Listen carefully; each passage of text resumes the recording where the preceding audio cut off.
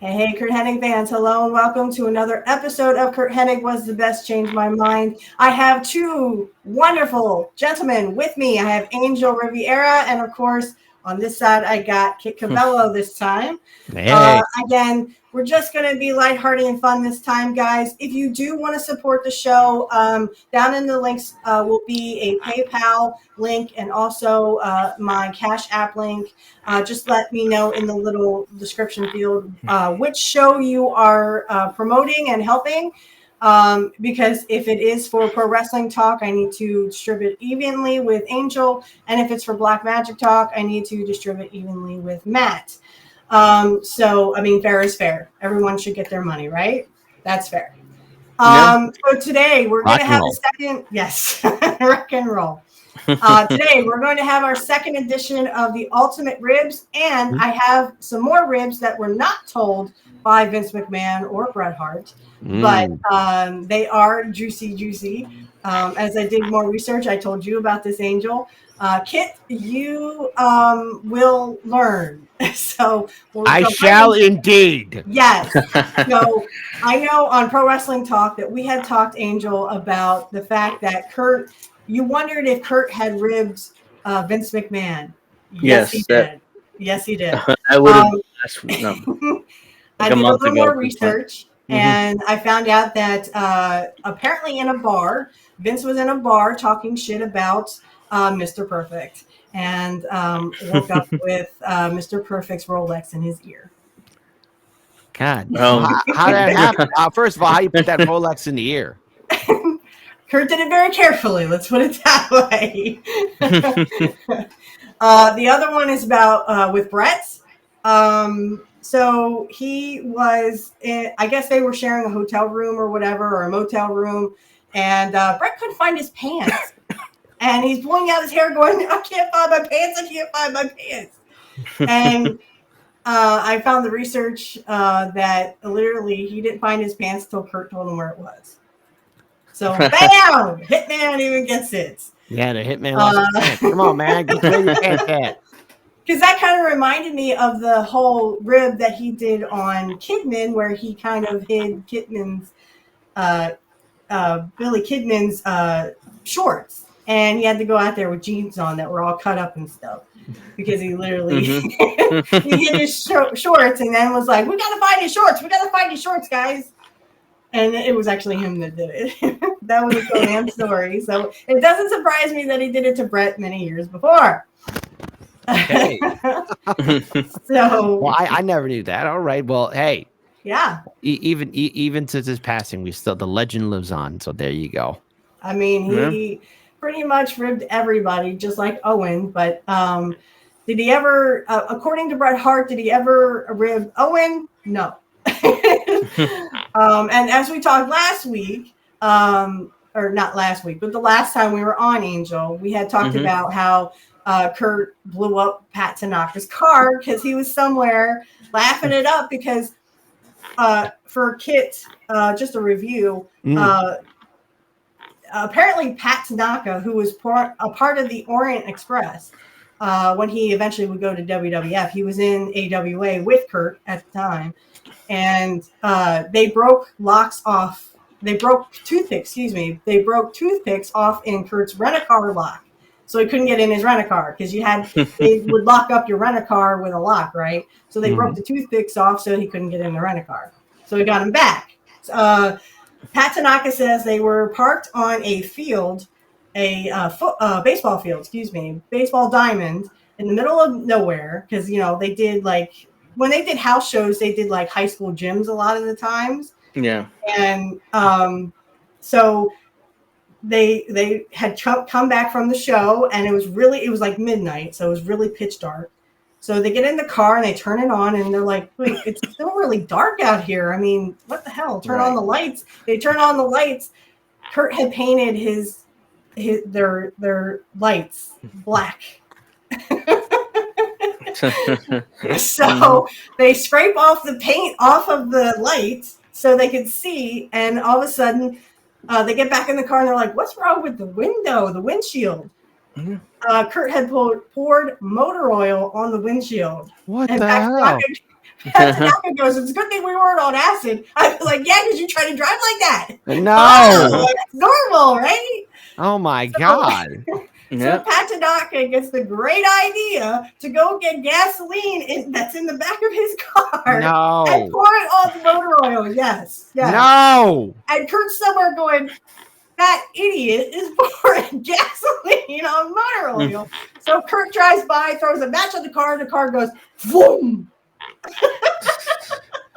Well, I mean, is everyone all right? Did they put the fire out? Yeah. They lived. Yeah, they lived. And they asked Pat Tanaka if he ever ribbed Curt after that. He said, no, I never messed with Curt after that. I didn't fuck with Curt after that.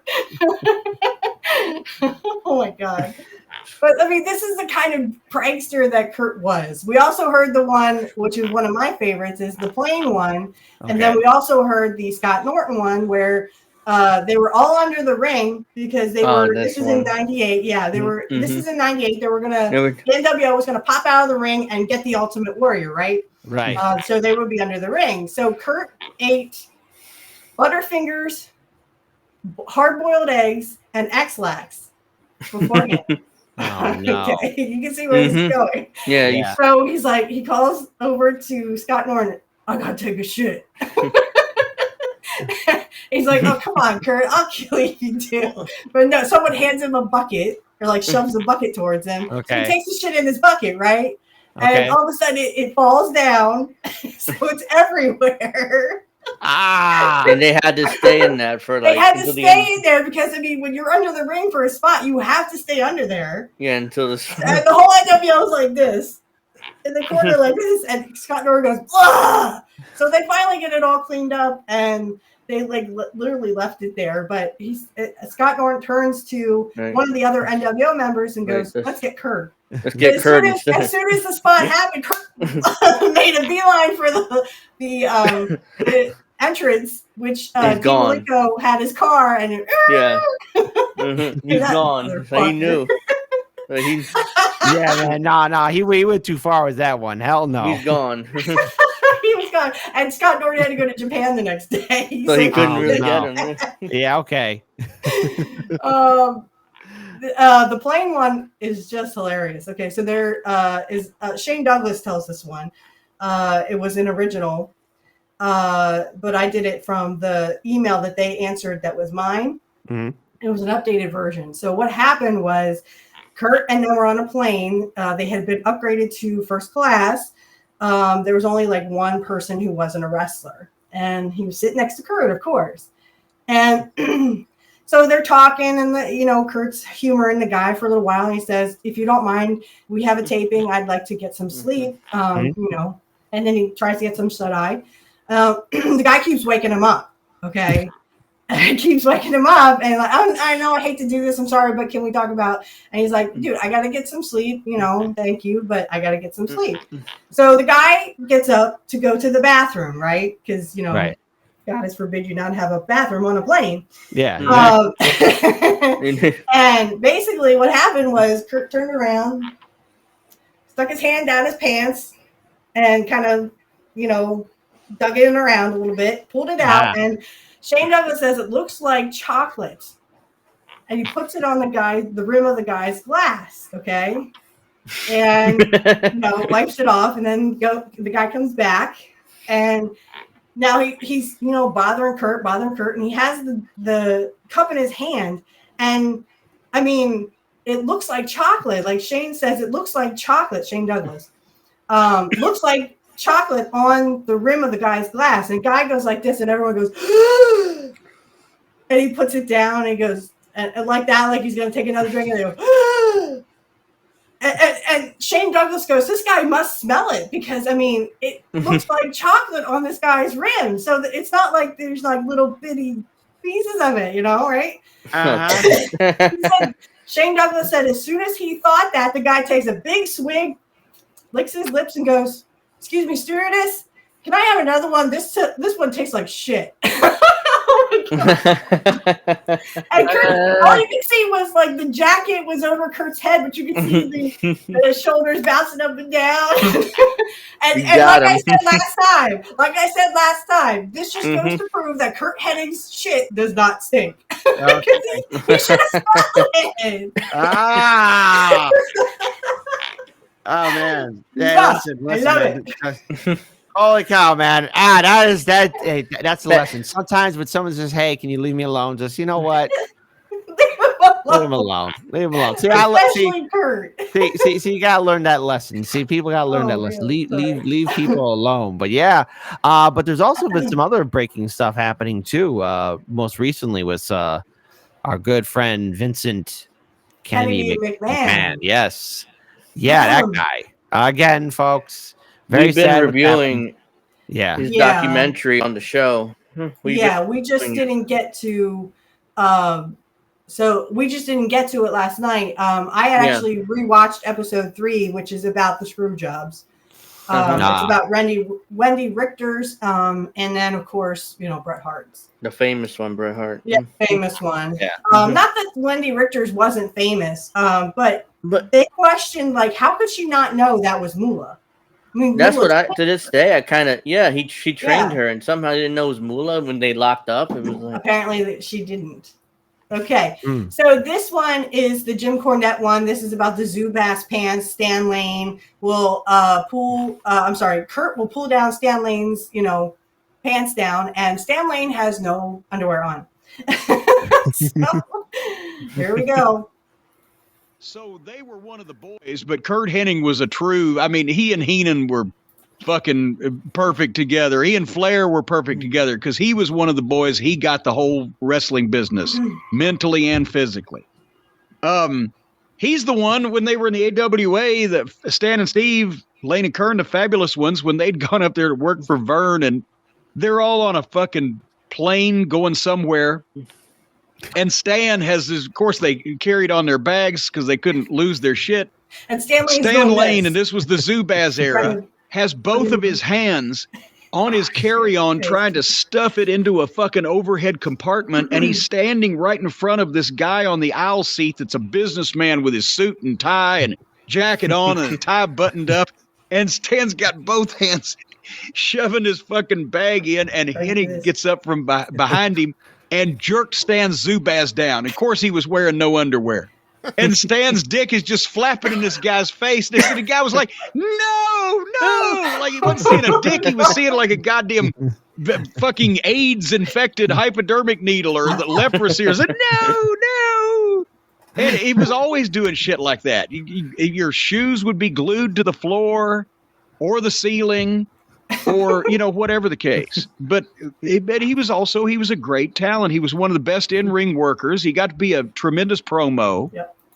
And he didn't need a lot of takes on all that shit. He could fucking bat the gum first try or catch the fucking towel or whatever it may be. Mm-hmm. So I always got along with Curt. I thought he was great as a talent. You think he could have been a world champion outside of the AWA? Yes. A guy like Curt, who understood the business and who also had a background as being a really good babyface that could sell his ass off, but also being a really good heel that could cheat his ass off. All right. So they're just going to go into, Curt and stuff. So we will start with you, Kit.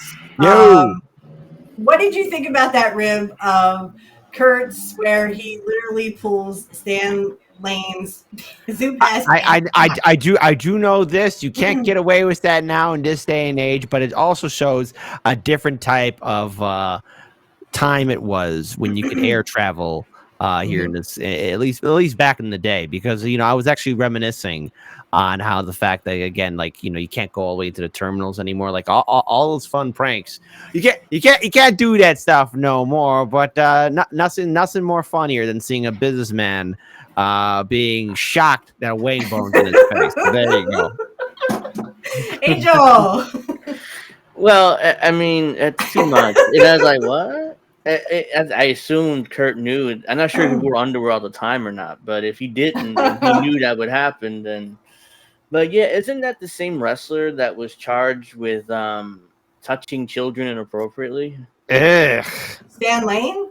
No, Zubas or something like that. The other one, not Stan Lane. Steve Kern? That's what he said, Unless, Steve Kern. oh, I misunderstood you because I Okay. thought Well, you yeah. said. No, Zubaz pants are like those pants that are like really Oh, baggy. okay. And, I was thinking yeah. of the wrestler name of Zubas or something. Okay, never mind. Oh, yeah, Sorry. no. Not paying attention, I guess. But Wrong guy. No. Dude. Wrong guy. yeah, wrong. Okay, yeah, and I wasn't. I was gonna say I misunderstood never or heard of something. Steve. I know Steve No. Kern was Skinner, and then he was the Yeah. other Doink when Matt Bourne just kind of went away. Yeah. Yeah, I'm wrong. So yeah, no, that's okay. yeah. I mean, it was like if it were me, it's like holy shit, and this guy's not reacting. He just keeps doing this, he and just keeps going like this. 'cause his he's dick trying to is push the back. fucking flopping in front of me. It's like, don't you know your pants are down? I mean, come on. Give me a knife. I'm gonna cut it off. Yeah. I don't think Stan Lane cared. I think he just kind of was like, God damn it, Kurt. Actually, I don't know who did it. I did see this. I should actually show that sometime where they were having a celebrity softball game between WWE and Hollywood. And they were all taking a picture, and someone came behind Kurt and grabbed Kurt's pants and pulled him down. So it kind of like got back at him. Whoever it was got back at him because they,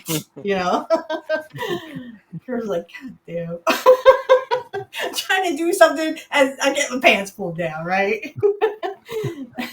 So this one, well, let me just say, this was also one of my favorites to hear, especially from Jim Cornette, who really, when I asked my question to Jim Cornette about Kurt, he talked about, how they were kind of two ships in the night. They didn't really hang out that much, but he had so much respect for Kurt, so much respect for the fact that Kurt, knew the business, and he was one of those guys that was just so cool to be around. Just like Stone Cold said previously, you could only be mad at him for like 15 minutes.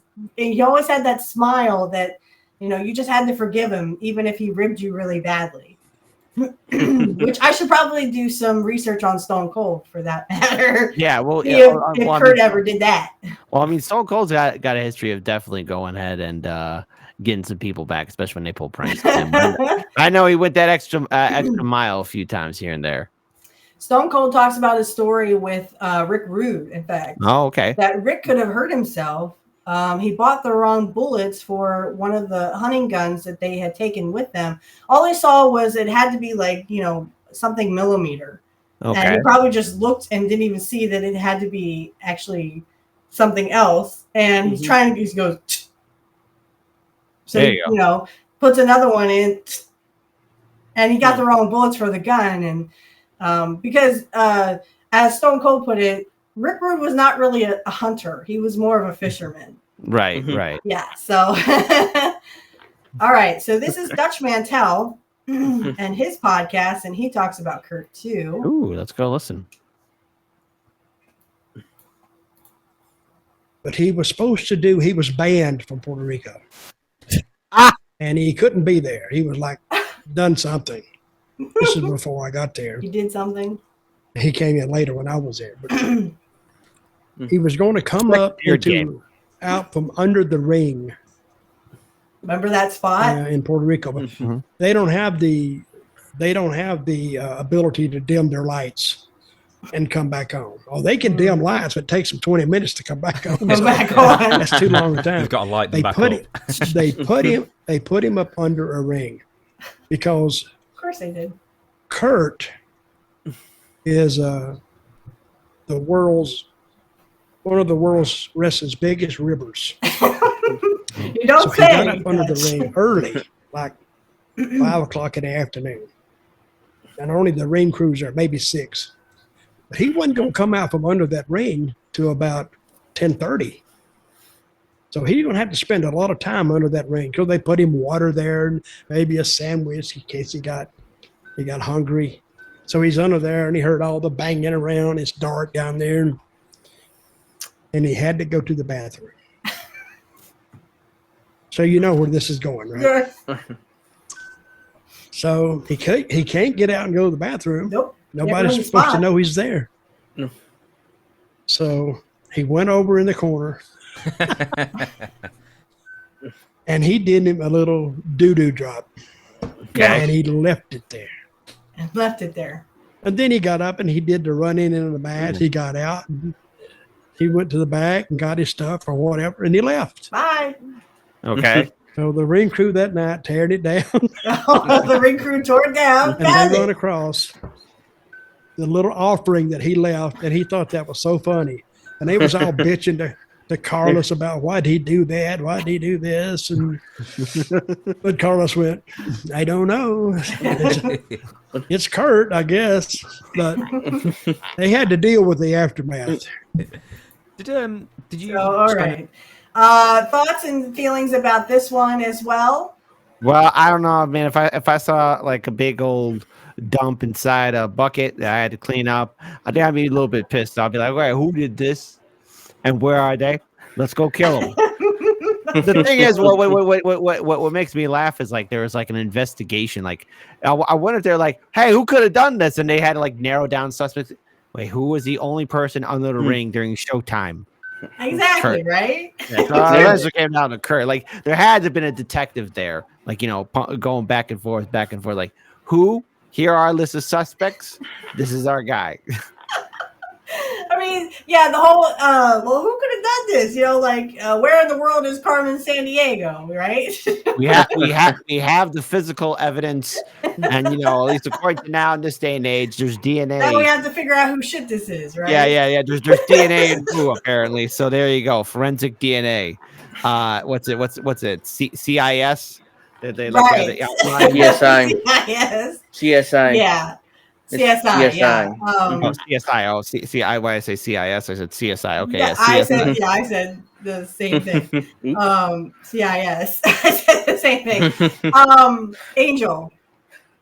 That's not. But here's the thing, though. Carlos Colon's territory back in the day, you had to be not only had to be a good wrestler, but you had to be a good fighter to survive that territory. Yeah, because they were throwing batteries. You had to defend yourself. If you couldn't defend yourself in that territory, like you don't even bother going to Puerto Rico. They would throw batteries at you. Yeah, I heard my that. My mother was a huge Carlos Colon fan. In fact, Carlos Colon is from the same city my mother was born in. Really? So, yeah. Oh wow. So they never met. I mean, my mother would have told me because one of her favorite wrestler growing up. Never met, but. They're born in the same city. In fact, he has a house in the city to this day, biggest house in town because it's a small town. So he has the biggest house in the town. This like not a mansion. The biggest house because small town. Small town Puerto Rico. So right. But it's the biggest house in the town. So like, oh yeah, that's Carlito's house or Carlos, his name. But yeah, but. Going back to Curt, though, I mean, he's just leaving. Like, oh yeah, I'll just leave that there. Bye. I mean, I'm not picking that up. Yeah, well, I mean, he kind of should have done the right thing. Be like, hey, guys, heads up. No disrespect to anybody, but there's a big old dump in the bucket. I'll go ahead and throw it out. I'll buy you a new bucket. And Puerto Rican style. Here's Puerto Ricans, though. I mean, they don't mess with it. It's like nah. No, man, you don't do mess something around like that they consider disrespectful in the island. You got to put it up because, because you're fighting, So that's why I'm leaving, Yeah. And then Carlos like, hey, why did Curt do that? I don't know. It's Curt. I mean, I'm not gonna tell him no. I'm not. I need him. He's like he's a big star. So it's like that one reminds me so much of the one he did with Scott Norton because again, it has the shit in the bucket. But I doubt seriously that Curt took boiled eggs, Butterfingers, and X-Lax all at the same time. It reminded me so much of the one he did with Scott Norton right before they had that spot with the Ultimate Warrior where they're supposed to come up out of the ring and get the Ultimate Warrior. Only this one I think was more innocent. I mean, if you gotta go, you gotta go. It's not like you cannot go back to the bathroom like he was saying. Yeah. Puerto Rico, when they dim their lights, it takes 20 minutes for them to come back on. So it doesn't make sense. So he couldn't leave the spot.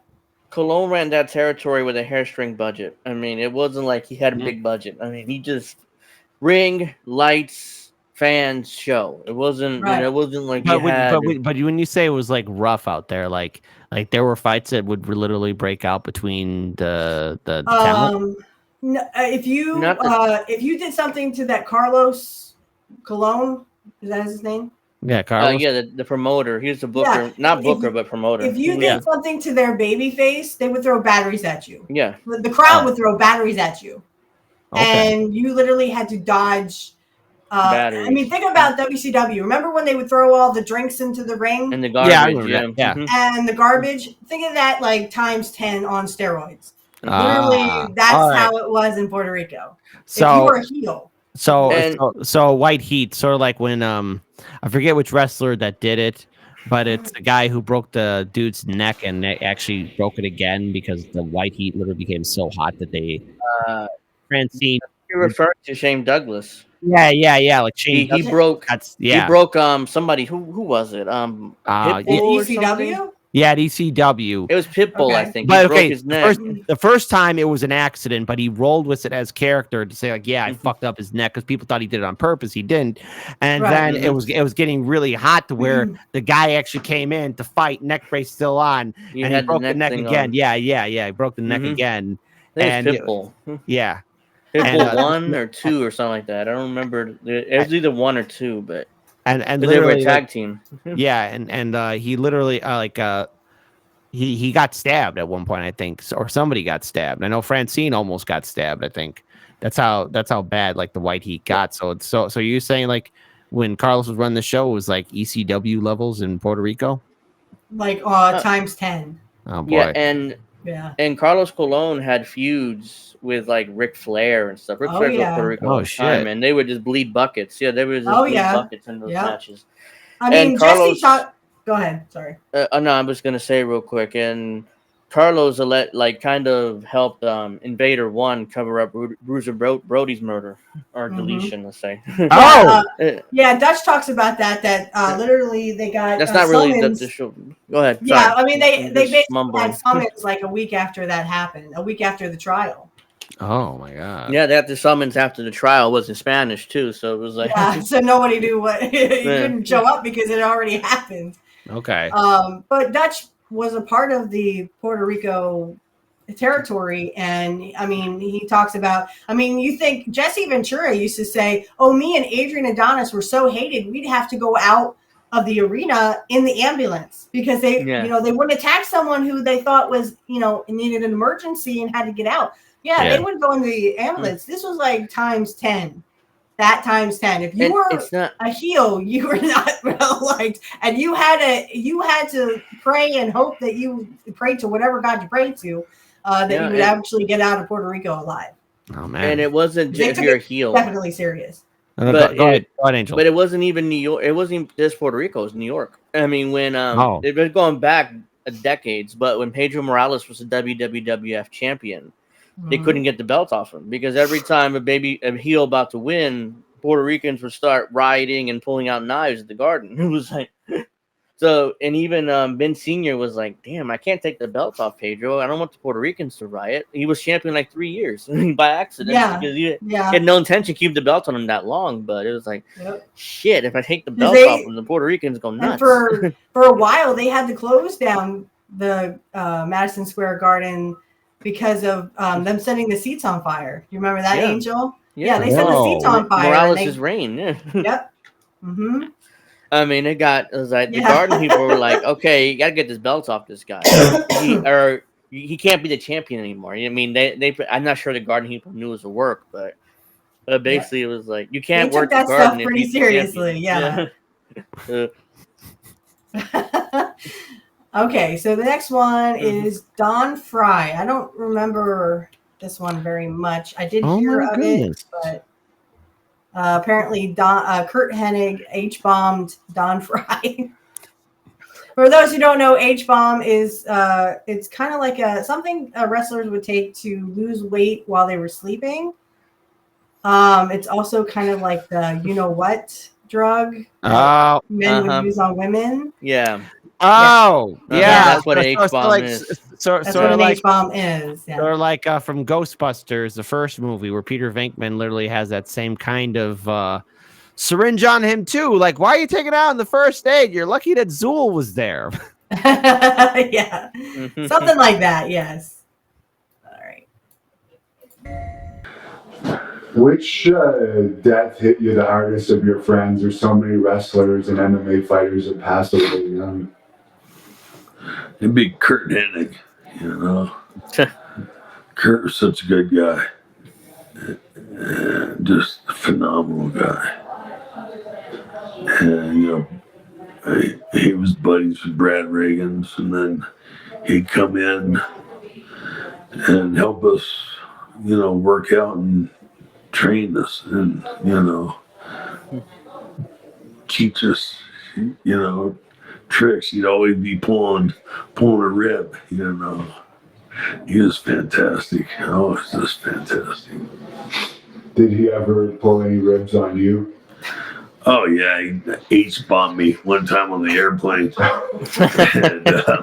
And all I remember is getting on the plane in Minneapolis and then waking up the next day in Japan. You know, I don't remember anything on the plane, on the ride from the, you know, going through customs, on the ride from the airport to the hotel. You know, being at the hotel, and we woke up the next day. Thank you for watching the Yeah. Hannibal. So, he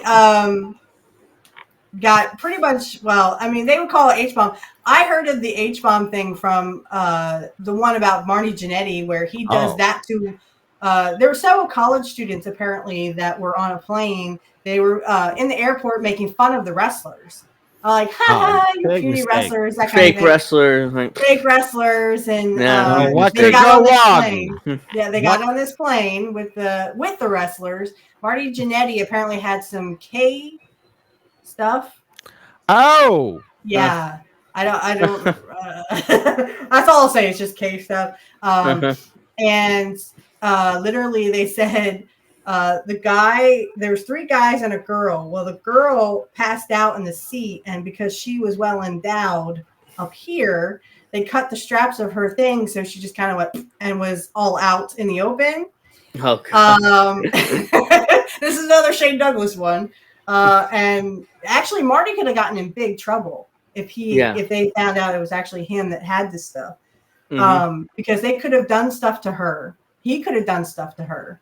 To this lady. which is not cool. Not cool. Which is not cool, but no bueno. The guys apparently pooped and threw up all over the plane. Well, tell me. I mean, and it smelled. It's Shane Douglas said it smelled really bad, and then the college students are the ones who got arrested, not the wrestlers. Even though the college students tried to rat them out, they tried to rat out the wrestlers, and the college students are the ones who got arrested. They're the ones that are known for carrying that type of illegal substances, let's say. So that's why the police arrest them. They obviously did it. So no wrestlers got arrested, but it was just he said Curt was on that flight too. I'm like, Curt was on a lot of flights, I'm sure. Yeah, he had to. But it's a similar story to Andre when the college students are messing with Andre. I told this story before on our show, and they're messing with Andre, the giant I'm talking about. And finally, the only Andre, giant. Yeah, Andre finally said, fuck, and he got up, ran after them. They all ran to their cars. Andre, they tried to drive away. Andre grabs the car. The car can't move. Yep, pulls it up, flips it over, and walks away. Yep. And then the police come, and it's like, well, how did this happen? And they arrested the kids that were a big giant did it. Andre the Giant did it. It's like, Andre, he's not even here. You're under arrest. Here. They didn't even believe him. Get out of here. Yeah. They didn't believe him. They arrested the college kids. Absolutely, yeah. Can you imagine what kind of beast you have to be to do that now? Lifting it up. Be like Paul Whitesize. I know, but I mean, the amount of adrenaline and strength that's flowing through you just to pick up, stop, flip it over. Yeah, Andre was drunk, I'm sure. I mean, he had cases of wine. he drank cases of wine. Well, Not that just and yeah. Go ahead. ahead, Sorry. I'm saying. no. Go ahead. Okay. I'm just saying he didn't drink bottles. Like I would drink a bottle or two. Yeah. No, cases. Like cases. Mhm. He would have them ordered to his house and. Oh yeah. Well, because he was in a lot of pain. I mean, Andre Mm-hmm. had gigantism. He never got that repaired. They didn't know how to do it at the time. So his back was he excruciating. grew and grew and grew and grew. I mean, it and was his so body much couldn't pain. keep up with it. Yeah. Big Show, Paul White had it too, but he got it repaired. He was 18, so that's why he's living a healthy life today. But yes, because he kept on growing. Like, how tall did he get now? Andre 7. Andre was 7'4", I think. Yes. Wait, 7'4". Yeah, he had to be 500 plus pounds, and Mhm. when he wrestled, I think it was when he 520 pounds. yeah, something like that. When he wrestled Hogan at WrestleMania 3, he had like a back brace. Like he couldn't move. Yeah. I mean, he could barely move. So Barely. And Hogan had to work around him basically and do the Mhm. match himself pretty much because Andre could do very little. Well, and they said by then, I mean, Andre didn't really. I mean, he did fight in more He did have more matches. Yeah, but until about 90, 91, and then he came out with those stilts. Remember those stilts at SummerSlam? Yeah. Yeah, because he would come out with the Bushwhackers. Yeah, but I don't know. I wouldn't have put Andre in that position. Oh yeah, go out there with stilts and make yourself look bad. I don't know. I mean, I think it was more Andre. Yeah, I think Andre was like, I can do it, boss. Yeah, I mean, I guess there's no way Vince would make Andre do anything because he was that close to him. Like he was like they were like closer than this employer boss. It was like a personal relationship they had. Well, yeah, you have to remember Andre was there from the beginning, just like Hogan and the rest of them. So, and there's one. Listen, there's a lot of things to be critical about Vince McMahon about. There's a lot of things, especially with everything that's surrounding him now. All right, but if in regards to this, if you were talent, you were good to him. He did treat you good until you were no longer used to him. But I mean, he was probably telling him like, "Hey, don't go out there." Like probably Andre's like, "No, I'm gonna go out there," because you have to remember there's the addiction and the adrenaline of being in front of the crowd, and a lot of those. Once a showman, always a showman. Right? Yeah. And Andre, I just watched the 1989 Royal Rumble, where I mean you don't see Andre moves, but he doesn't move as well. I mean he does a couple of things where he throws Curt and Valentine and does like giant football kind of thing, but like you don't see him move around a lot. You see him punching and choking and stuff, but you don't see a lot of stuff that he couldn't do drop kicks anymore. He would just like pick you up and drop you. That's how you would be eliminated from the Royal Rumble. Is literally he would pick you up and drop you. He eliminated himself that Royal Rumble because Jake the Snake comes out with the snake. Yeah, that was the snake thing. Yeah, and Andre's like, all the rest eliminates himself. Even Kurt's like, shit, snake. But they had to do that. So this next one is Shawn Stasiak. And I don't think this was Curt. I think this was Sean Waltman who did this. I've heard Curt do this to other people. If you pissed Curt off, he would do this. But I don't think he did it to Shawn Stasiak because he knows easy for me to say. He knew his family. He knew Stan Stasiak. Curt and Kurt's father worked with Stan in the AWA. So, I mean, he knew Shawn since he was born. Of course, Curt was like 12 when he was born, but still. All right. So, Shawn Stasiak.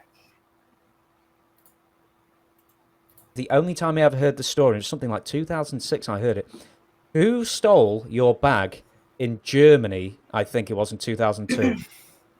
Well, that I'll never know. Until this day, I have no idea. It wasn't in Germany. It was actually at College Station, Texas. Oh. Yeah. So, yeah, it was an awful experience. I don't know. I heard rumor that Curt Hennig took the bag and threw it in the garbage or did something with it, took it back to Minneapolis with, I don't know, man. And I don't want to think that because God rest Curt's soul. I love Curt. And I was, it's so ironic that I looked up to him. I met my dad and his dad were great friends. you know, Larry the Axe Hennig. Mhm. I met Curt when he was a young, I think 19, 20-year-old. I was a younger kid then in Portland, Oregon, when those wrestlers would come through the territory. Yeah. I worked with Curt, you know, in WCW with that cheesy moniker, stealing his gimmick basically. But the perfect one. I just have so much utmost respect for Curt Hennig, and to I don't think it was that Curt. he might have been behind that was just heartbreaking. Please don't tell me that, you know. And I never know. He never admitted anything. I mean, he said, no, I had nothing to do with it. Because, you know, everyone approached him on that. I had everything in that bag. That was a nightmare. Oh my God. I had probably $8,000 worth of valuables in there. And the reason I had that with me is because on that wrestling loop before the one I was on that had my bag stolen. My God. I had gone back to Boise, Idaho to visit some old friends and my college wrestling coach and his family. And I had like, you know, just a camcorder and more tapes, you know, me and tapes and tape recorders. In fact, I don't know, maybe I'm recording right now. Well, I certainly am. I can guarantee you that. I was going to say. I certainly am, so I can guarantee you that at least. So anyway, I don't know. I hope not. But that bag never got recovered, and I had ID, money, credit card. It was just a nightmare to go through that. I was after 9/11 too, and I had to travel from I think either flew out of Houston or Dallas to back to Tampa where I lived at the time, and it was just so weird to go back with my carry-on was missing. I had everything in there, so that was. I want to think that Curt had nothing to do with it. I think it was Sean Some Waltman. scumbag at the airport stole it, and hopefully they got some value out of it.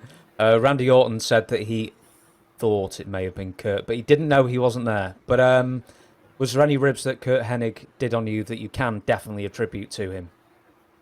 No, I mean, other than just him acting up in the ring and making goofy faces at me when I'm trying to be serious. And he and I tagged together. We were actually in England, I believe, working against the Hardy Boys. And he was supposed to be on the ground selling. I was supposed to be over there concerned to help my partner up. And he's making these goofy faces. And I'm trying to not laugh. And he was just, you know. Bret Hart said the same thing. Nothing that really stands out other than him just being a clown and trying to make me laugh. And he said he loved my dad, and he grew up around my father too. My dad knew Curt when he was just a little kid, you know, when he'd probably go over to Larry's house or they'd travel together. He had little Curt Hennig running around, you know. So I think there was that bond or mutual respect just for the second generation thing that existed between him and I. Well, let's blame Randy Orton then, because he was quick to pass the blame on somebody else. Let's say he stole it. Hey, and if that's true, that's a storyline in itself because he's the legend killer, and I'm all about embracing legends. I think him and I could make a lot of money. I'll be honest. I work. Okay, so they think was Randy there? No, was Randy there in 2002? No. Yeah, how? But that's what he said. He said, "Oh, Randy wasn't there, but he swears it was Curt Hennig." Yeah, in 2002, Randy wouldn't have debuted yet, or did he? No. He didn't debut yet. Not till like 2003, 2004, maybe. Yeah, that's what I'm thinking. It had to be 2000 because he was in OVW at the time. Yeah. He was there, but he wasn't on like Raw. I did a little digging. They also Sean Waltman was saying, "Oh, it was Curt who threw the bag," and because he had done that to someone else. So of course, even if Curt didn't do it, he always gets blamed for it. What he did is someone pissed him off. Someone pissed Curt off, and Ric Flair talks about this on his. I'll be right back. Excuse me. On his podcast, Ric Flair talked about how this one guy pissed Curt off, and he threw the bag in someone else's car, someone else's cab, and like literally watched as the bag drove away with. So I mean, Curt did it. Yes, Curt did it that time, but again, it was because, and like I said, it can't be the usual suspect all the time, every time. I know, but Curt usually always got. I mean, on the plane ride from hell, it was Scott Hall who claimed that Curt roofied him and made him act up, and I was like, no. Everyone got drunk, but with that airplane ride from hell. Correct me if I'm wrong. Both Undertaker and Kane were not on that flight, correct? No, they were not. You know that wouldn't have flown if Taker was there, right? Oh, of course. None of that was going to happen. I'm surprised though that they did what they did, with Vince. The rest of them up in front, though. Right. Well, some say Vince wasn't there. Some say Vince was there. Well, so I'm not Sorry really about sure, what the correct story is, but to be honest, honestly, Curt got blamed for cutting off Michael Hayes' ponytail, and that was Sean Waltman. That was Waltman. Yeah, that was I Waltman. know definitely But Curt got Waltman blamed because he for admitted it. to it. He admitted Yeah. to it like years later. But Curt got blamed for it because they all said that, it was Curt who cut you off your ponytail because Michael Hayes was pissed. I mean, Because he was Waltman, because I know Waltman H-bombed Michael Hayes. Yeah. Because that's what he said. And that's why I'm he was saying that Scott yeah. Hall, he is the one who said, "Oh well, Curt roofied me." No, it wasn't Curt. It was you who roofied yourself. Scott Hall did say that was Curt. I think it was Curt that roofied me. Yeah. It's like and Kurt's like, I didn't do anything. I think also what's his name? Rob Van Dam was there, and also why is the name? Rob Van Dam. No, the other one that's no longer with the company anymore. Why am I forgetting his name? Just Incredible was there. No, not Just Incredible.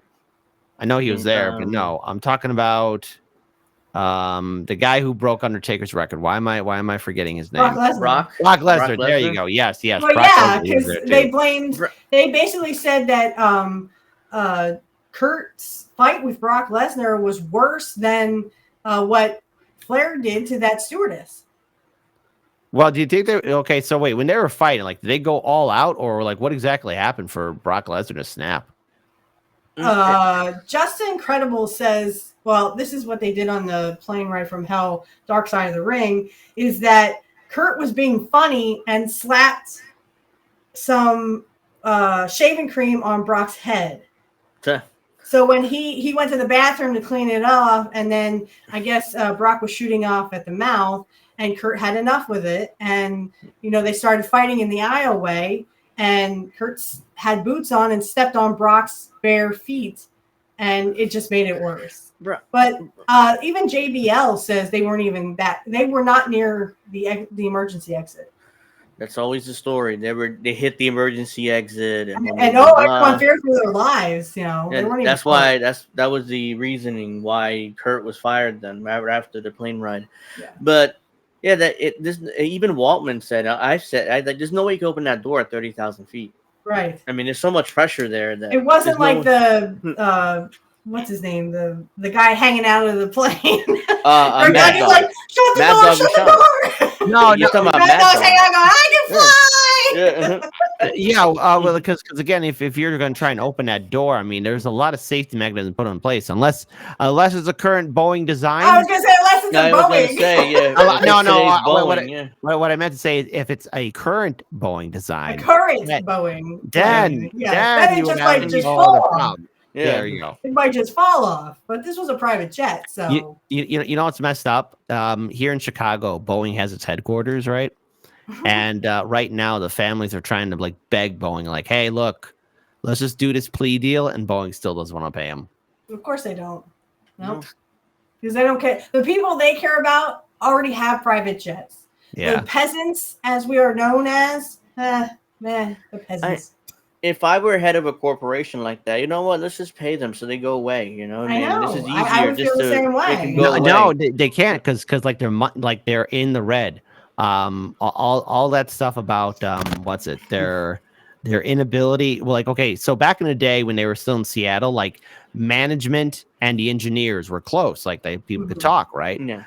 But now, since all the CEOs are here in the Chicago area, which was a huge, it's what caused the eventual downfall of their accountability and quotas and quality for their airplanes. So if you get on a Boeing and you fight, chances are you guys are going to go out that door. I'm not that stupid.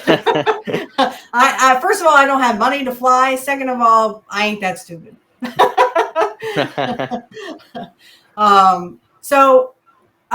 Yes. So we got a little off the rails there, but that's okay. Honestly, I think it was probably, if it wasn't Randy Orton, it was probably Sean Waltman. Again, Curt got blamed for a lot of stuff that he didn't do.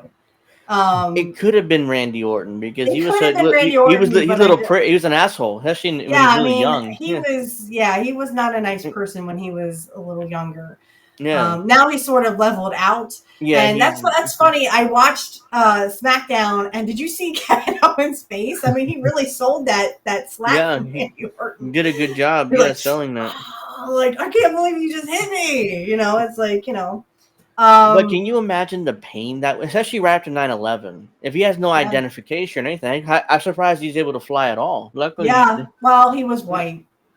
I mean, that's not an excuse. That's not an excuse. But he was a white guy.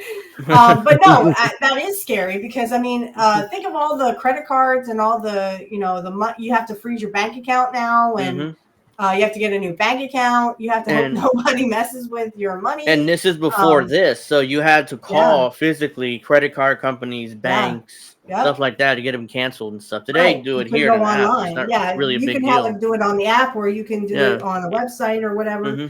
And that I feel bad for him, but I don't think it was Curt. I feel it in my bones. I don't think it was Curt. I think it was someone else.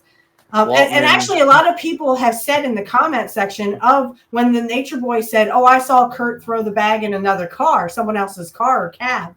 A lot of people said, "Oh, that was Shawn Stasiak." No. Curt loves Shawn Stasiak because he loves Stan Stasiak because of Larry the Axe loved, Stan Stasiak. So I just don't foresee it was Curt. I don't think Curt would be that cruel, especially to someone who he knew the family very well. They were both second-generation superstars. I just don't see Curt being that malice. Yeah, he might have done it as a ha ha ha ha, but I don't forever more think that. I mean, Curt did it because that person pissed him off, so he threw the bag in the other cab. That's kind of funny. Okay, he's like, "Hey, you pissed me off. Okay, I'll throw your bag in another car. Good luck finding it." That would be typical Curt Hennig, but I don't think he would do anything to Shawn Stasiak out of malice, unless Shawn really pissed him off about something. But even then, I don't think Curt would hold a grudge like that. I mean, he didn't hold a grudge against Ric Flair. And Ric Flair axed his push in WCW or in 92. So, Curt wasn't one to hold a grudge. And good for him. If someone had done that to me twice, Hogan and then Flair, I think I'd be a little pissed. I would be very mad. I would definitely hold a grudge.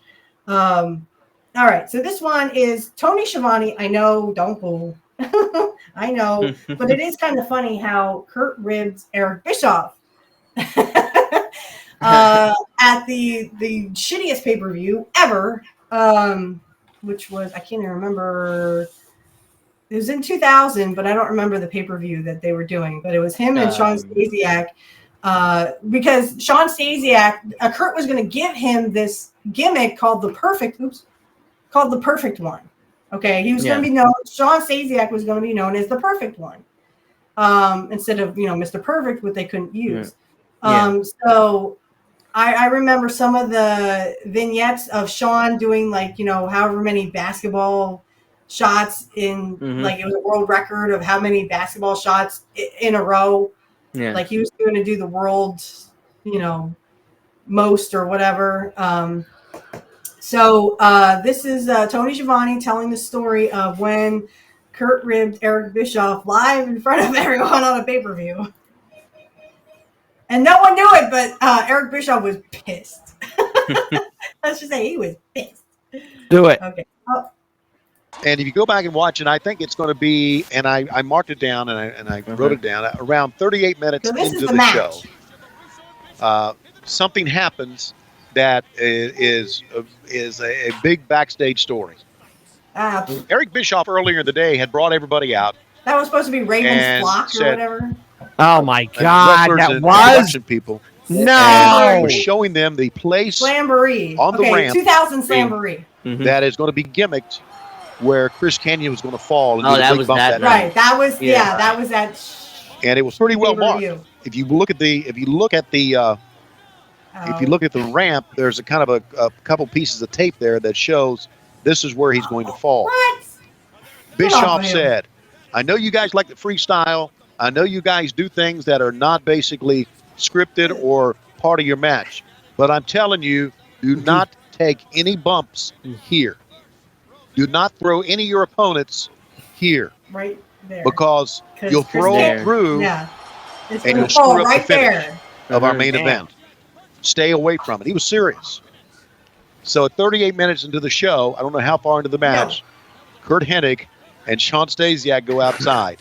And Hennig, being the great ribber that he always was, if anybody knows stories about Curt Hennig, he was one of the greatest of all time. He picks up Stasiak to throw him on that spot. Yeah. They're going to show it. Bischoff's watching, and Bischoff is shitting his pants in the back. Right you can see it. Yeah, you can see it. It's like a big tape. And then his back gives out, and he puts it back in. Oh, my back. That was Curt Hennig fucking with Eric Bischoff because of that meeting earlier in the day. But we all That was Curt Hennig fucking with Eric Bischoff. I love it. I love it. Thoughts. First of all, okay, so like I've dealt with management before. It's like, hey, don't do this. They're like, okay, you hear you the first time. We hear you the first time, but that's funny. Like, still, man, if he didn't, that would have fucked up the show. I'd be like, you motherfucker. Motherfucker. And he faked a back, hurting his back. Like, hurting his back. He faked it. I was like, I never noticed that big thing of tape there because I actually watched that show live. Yeah, that was Slamboree 2000. Yeah, 2000. The only reason why I watched it because fucking David Arquette was the world champion. Yes, and that pissed me off too. Why'd you bring that up? And I needed to. We have to. It's Slamboree. I needed to see what was going to happen, and it's like, and they did that big bump. I was like, holy shit! That was Chris Canyon comes off of. It's kind of like when Undertaker threw Mankind off of the Hell in a Cell. Yeah. Yes. That would have happened a couple of years before. Okay. That would have happened a couple years before. Yeah. Right. They kind of Holly ripped off that bump. It was like, hey, Canyon, you take that bump? It was like, oh yeah, Canyon can do anything. Oh, he could. He was a great wrestler. No, he was great, but who better than Canyon? Nobody. Okay. Nobody. Well, Curt Hennig. Yes. That's why we had this show, right? Mm-hmm. No, but that's so funny. Like he goes to slam, he's like, "Oh, my back!" And Eric Bischoff's in the back, shitting himself. No. It's like you you bastard. You got him. You got Eric Bischoff.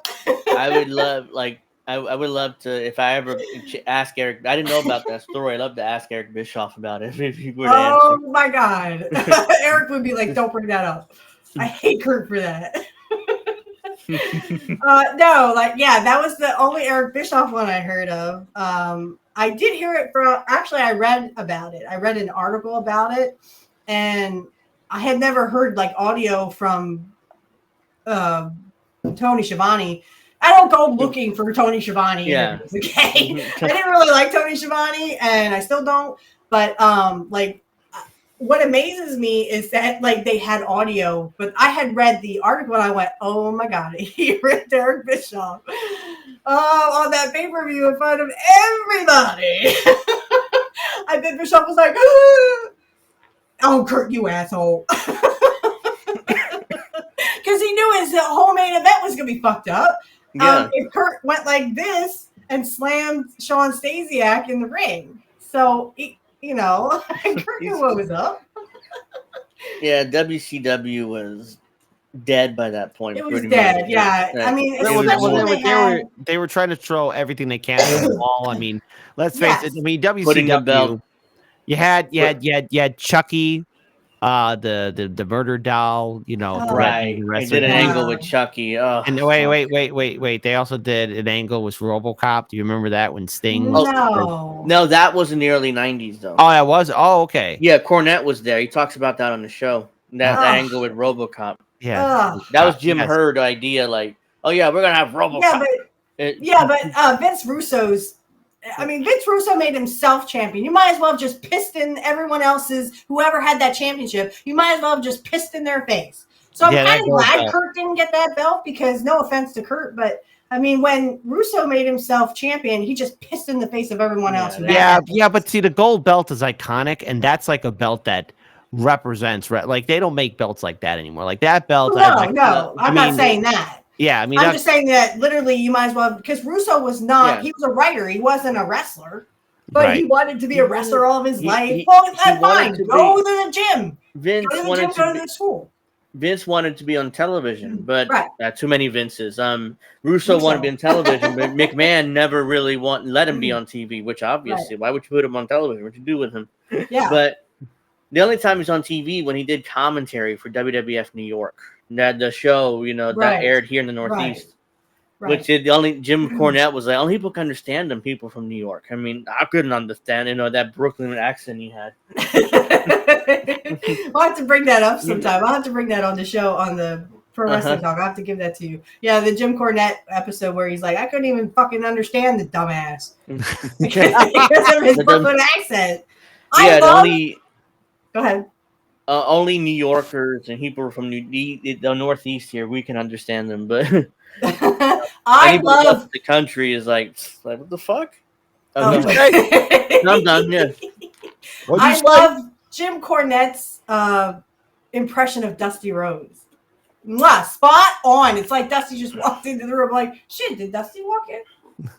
Where's Dusty Rhodes? No, I'm saying like he did it on the past. They were talking about not Bad Blood, but they were talking about AEW. Of course, they're garbage wrestling, and they were talking about he's gonna on episode 3 he does the impression. He's gonna be a superstar. I can't do the accent, not as well as Jim Cornette can do it. Jim Cornette is like awesome. When he does the Dusty impression. I know somebody that can do the Dusty accent. It's a Dusty Rhodes impersonator because he used to. I uploaded 2 or 3 videos on my channel about that, and every time I would go to the shows here locally, he would show up there, and Cody would always bring him out to talk and stuff. And Cody's like, God, he sounds just like my father. He looks like him too. Oh, dude, I saw this on Bad Blood when I was watching Bad Blood.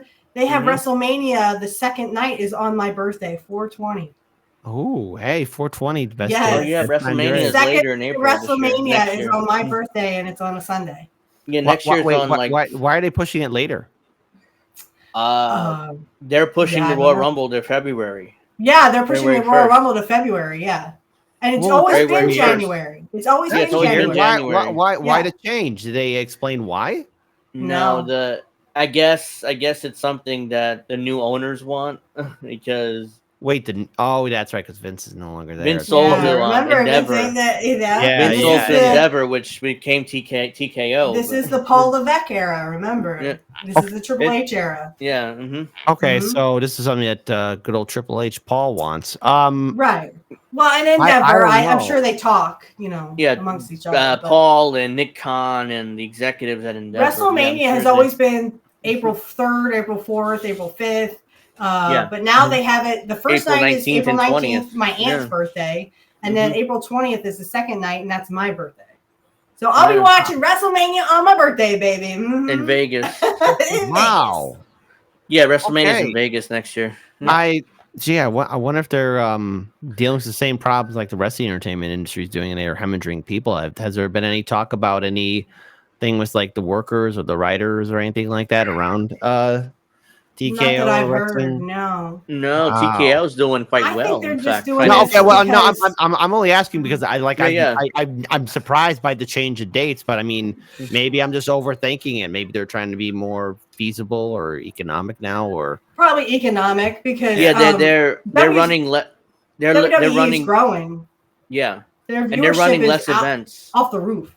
They're running less events than they ever did before. In fact, I think this year. Oh man. This year they're running only 200 events or 175 this year. Yeah, it's not like running that many events. Yeah, I mean it is every month, but I mean they have coming up in a couple of weeks they have Crown Jewel, which again we heard is Gunther and Cody, they're and then flying, Liv and the other girl, Nia Jax. Yeah, The Rock's cousin. I was like, wait. The Rock. I always said Tiffany Stratton. Please. She's the one with the little money in the bank. the briefcase. But they're flying out to Riyadh in Saudi Arabia. Yeah, this is the Saudi Arabia they're taking thing. They're taking that blood money. People call it blood money, in wrestling. I'm not too happy, but I mean, if it's me in Saudi Arabia, I mean, look, listen, I've seen my fair share of documentaries about the UAE and Saudi Arabia. Yeah. I mean, I'm surprised they let the women do it because I mean, it's Liv Morgan and how the Nia hell that Jax. happened? Well, Nia Jax, she's not really clad. Not like Liv Morgan shows her navel off, but I mean, Nia wears this like suit. When they first started doing Crown Jewel, they didn't allow women at all. But eventually was convinced that, okay, women can wrestle, but they have to be covered from here down. Right. So that shouldn't be a problem for Nia Jax. Liv Morgan, not so much. They have to come up with what I call them Power Ranger suits. They come up with Power Ranger suits from here down. So to cover what up I would everything. like to see is, honestly, I want to see, because Rhea on SmackDown got back at Liv, even though that, what the heck's her name? Raquel Rodriguez? Mm-hmm. Yeah. Oh, I got it right. Yes. Okay. So Raquel was like busy and Rhea got Liv Morgan. Now that's Raw and SmackDown. That's Raw on SmackDown because Rhea and Liv are Raw people and Nia Jax is a SmackDown. Yeah, because they're facing each other for that Crown Jewel championship. So the Crown Jewel belt, which Triple H revealed on Bad Blood. Yeah. It is gorgeous. I love the emeralds. I'm a little partial. it's like royalty, for royalty. But a lot of people are saying Gunther's going to win. I just don't see him not putting over Cody. Well, Cody's gonna. I think Gunther's gonna win too, but it won't be clean. I think the bloodline will interfere and Gunther 1, 2, 3. Gunther wins that belt, or he might make him submit or pass out. Yeah, the bloodline's going to interfere though because they're going to continue that story leading into Survivor What about Series. Sami Zayn? Couldn't he come out there? Sami Zayn could interfere. Maybe, but it doesn't mean Cody will win. I mean, or maybe Braun Breaker could come out there because didn't he like kind of tease? I'll see you soon. He teased a match with Gunther, but I still think Gunther. I'd love to see Braun Breaker champ. Yeah, I still think that Gunther's going to get that belt because it's like. Does Cody really need it? I mean, it's more like you need to you need to continue that feud with the bloodline and make it hotter. So they cost Cody this belt, which is meaningless, but he's the biggest baby face, and Gunther's like the biggest heel. Yeah, right now in the company, yeah. So I think honestly, they're not going to put down their biggest baby face. I don't know. I could be wrong. I'm not saying beat him clean. I'm just saying beat him with a lot of interference and stuff. Right. Well, and then Roman Reigns could also come out and get rid of the bloodline. Yeah. Hey guys, get out of here. There's gonna be chaos in that match. Yeah. Wipe these people out. I definitely got to read a little bit more about what other changes they're doing for TKO and WWE because I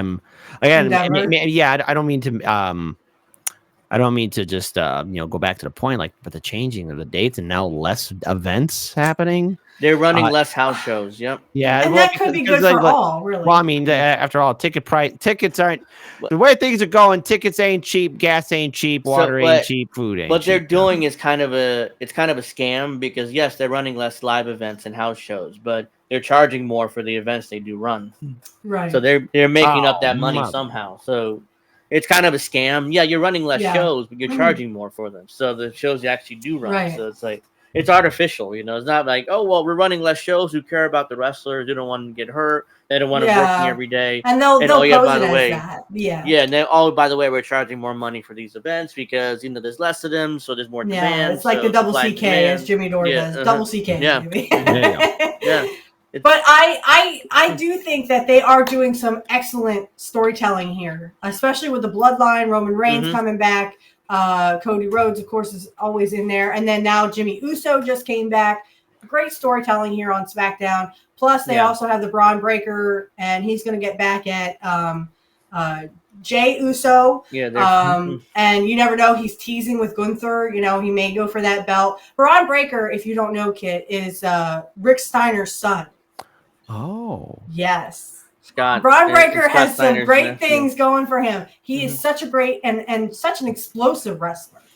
Okay. And he's got so much potential, and I see him just climbing that ladder, just like, Bret Hart did, many years before him. Okay. I didn't like the fact that they left Mr. Perfect off of the IC belt. They're like, oh, Bret Hart was one of the greatest. I'm like, hey, you forgot Mr. Perfect. You forgot Mr. Perfect. Yeah, he gets left off like the greatest Intercontinental Champions list. And he is. He was. Usually. Yeah, he usually gets left off. All right, yeah, I know. I hate that. We're kind of way off track here. Yeah, we are a little bit off track, but also real quick, I do have to be heading out because I do have another project that I have to take care of. My whole scheduling has been so crazy these past few days. So real quick, I want to thank everybody for having me on. Miss Witchy Perfect, please send an invite again. Angel, as always, you're killing it at INN. Both of you guys are. Thank you. And there's a lot of great stuff that you guys are working on. And it tells me too that I'm gonna need some links to see some of these recent articles about some of the other changes that Paul is doing at WWE, or like for all the franchise, for all the brands. I mean, Jesse's coming back. They're going to bring Saturday Night's Main Event back. That's in December. Yeah. Oh wow. Jesse is going back to commentary. Yeah, that's commentating. Very good. Very so, good. Yeah, there's a lot of great things in the work for WWE, whereas AEW's kind of. Well, listen, at least spiraling around the drain. Yeah, they're like almost in the drain by now. I mean, isn't that what's like everything else that's coming? Like, I mean, look, as much as you want AEW to succeed, I mean, we need material. Yeah, right, Angel? That's what I said on X and on the show too. It's like we need the money or the money. Yeah, we need money, but I mean, we need the material. Yeah. Yeah, exactly. Exactly. So, all right. Well, nonetheless, thank you for having me on here. I got some other stuff to be working on too, and I want to thank you guys. And where can we find you, Kit? Where can we find you? Well, of course, always 9 a.m. Central on YouTube, Rumble, Rockfin, Odyssey, and Kick. Chicago's fastest growing morning show, and some good things are in the works. And right now, so much other stuff I should be able to getting some updates on Monday, which I can't wait for. But I can't really say what's happening until it does happen. So fingers crossed. Uno momento, por favor. But nonetheless, thank you for having me on, guys, and please take good care of yourselves. Yep, thank you so much. Thanks for coming. Yeah, no problem, guys. All right. Okay, so it's just me and you, Angel. So this one is the Lex Luger shoot. Now, again, I don't think this is so much of a rib as it was Curt going, oh, shit, I forgot. So this is Luger talking about his debut in the WWE, or WWF, it was called at the time. This was his, hey, I got put with Mr. Perfect, my first debut, and Curt forgot the match. Oh, no. So, oops, let me go back here. It's like, I'm working with Mr. Perfect. His optician is one of the greatest workers in the currently in the business. So he was going to lead me through. Man, I was just going to be a little two-step in there. So I knew I felt they'd handpicked for my WrestleMania debut to work with Mr. Perfect. Oh man, I was excited. No WrestleMania jitters? I was pretty relaxed because I was working with Curt. I mean, even if you're not a good worker, you're gonna have a decent match with Curt. He's gonna make you look decent. Yeah. So I was pretty relaxed for that one. I didn't realize what was gonna happen when we got in the ring until it happened. But so I was in the back and we went over the match a little bit. So I was for my WrestleMania debut, which was exciting, and I was thrilled to be in. I was in a very relaxed state working with Curt. When we got in the ring, we went over the match. We locked up, and he goes, "What are we doing? What are we doing? What are we doing?" I thought, because I heard Curt was a ribber, like joking. Yes, he was. So I go, "Come on, Curt, man, what?" I'm like, "What are we doing?" He goes, "No, man, what are we doing? What are we doing?" He blanked out and forgot the whole match. Did you remember it? Pieces of it. I have to go back and rewatch this now, knowing this. I was calling the match. Curt couldn't remember what we'd gone over. Now, me sitting in the back relaxing, I wasn't like going over and over it again, so I was kind of like trying to remember what we did next. And you really don't want to talk through each thing you do as you're throwing a guy off the rope. So, oh man, I got nervous. I went from being really relaxed to really nervous in the ring about 30 seconds in. He ribbed you. It was not a rib. If he ribbed me, he pulled it off. Yeah. Because he flat out said he blanked. He apologized afterwards, and he seemed so sincere. He'd get an Oscar for Oscar or a Golden Globe if he was acting. He said, "Man, I got all revved up for the match, and and caffeined up. And he goes, man, I got in there, I blanked. He was one of the greatest workers in the business, and he forgot our match at my WrestleMania debut, and I was trying to lead the match. I hope you didn't hold it against him. No, not at all. I wasn't upset with him, but I went from being real relaxed to real nervous in the ring all of a sudden. So yeah, I thought this was a good one, only because it was less of a rib and more of a oopsie. Did you ever, like, before school, so when you were taking a test or whatever, did you ever, like, before the test, you're just like, yeah, okay, I gotta remember this, gotta remember that, and then you get there, you get the test, and you're like, oh shit, I forgot everything I learned. Yeah. I mean, it does happen. So, I mean, hopefully. Thoughts on this, Angel? Well, I mean, Lex is basically self-aware enough to say, well, I needed somebody to carry me through the match and help me through the match because I couldn't really do much in the ring, which is something, I think, who was it? Was it? It was Kevin Nash saying, well, I mean, Lex Luger needed us, which is why by 94 he would be the Lex Express or whatever, and like he didn't say anything to us because he needed us to make him look good. But I digress. That's not really what this is about. But yeah, I mean, Curt forgetting the match. It's like I would have thought it was a rib too until because and he's like, no, I'm so sorry, I got caffeinated up. But I did a little more research on that, and Curt did remember some of the, as they went through the match, he started to recall some of the things. I think he just was, he's like, let Luger take it from here, and I'll just kind of follow along. But yeah, like he was calling the match. It's just like, like I said, it's like right before a test, and you're. Oh my! Like right before a test, you sit down, you're ready to take the test, and then you just blank out on everything you just studied. You're like, oh yeah, it's happened to me, and yeah, I mean the last thing I would want is have Lex Luger call a match, but that's what you had to do there at that point. Even because because Ric Flair, him and he wrestled him and Sting all the time, and he would call the matches, and Sting and Luger would just follow Flair, which is why they never really learned how to properly do a match because they just let Flair do everything. But right, and if you've seen one Ric Flair match, you've seen them all. Yeah. Right. It's just that I think like Curt was all, like in his own head, because if you watch the interview he does before the match, and this was all live, guys. So, if you foul up or fuck up, I mean, it's like, oh shit, there's no take two, it's live TV. So I think that, Curt couldn't say the narcissist Lex Luger. He kept saying the Lexorcist, the Lexorcist. The narcissist Lex Luger. He goes, I'm so excited, I'm going to do it right now, G. If you actually watch episode, I forgot what it was, but we actually go over that match with him and Luger, and it's a little slip up, but you knew he was like kind of like in his own head, like, you got to say this, you got to say that. Make sure you say, I'm going to take the narcissist Lex Luger, and it kept saying the Lexorcist.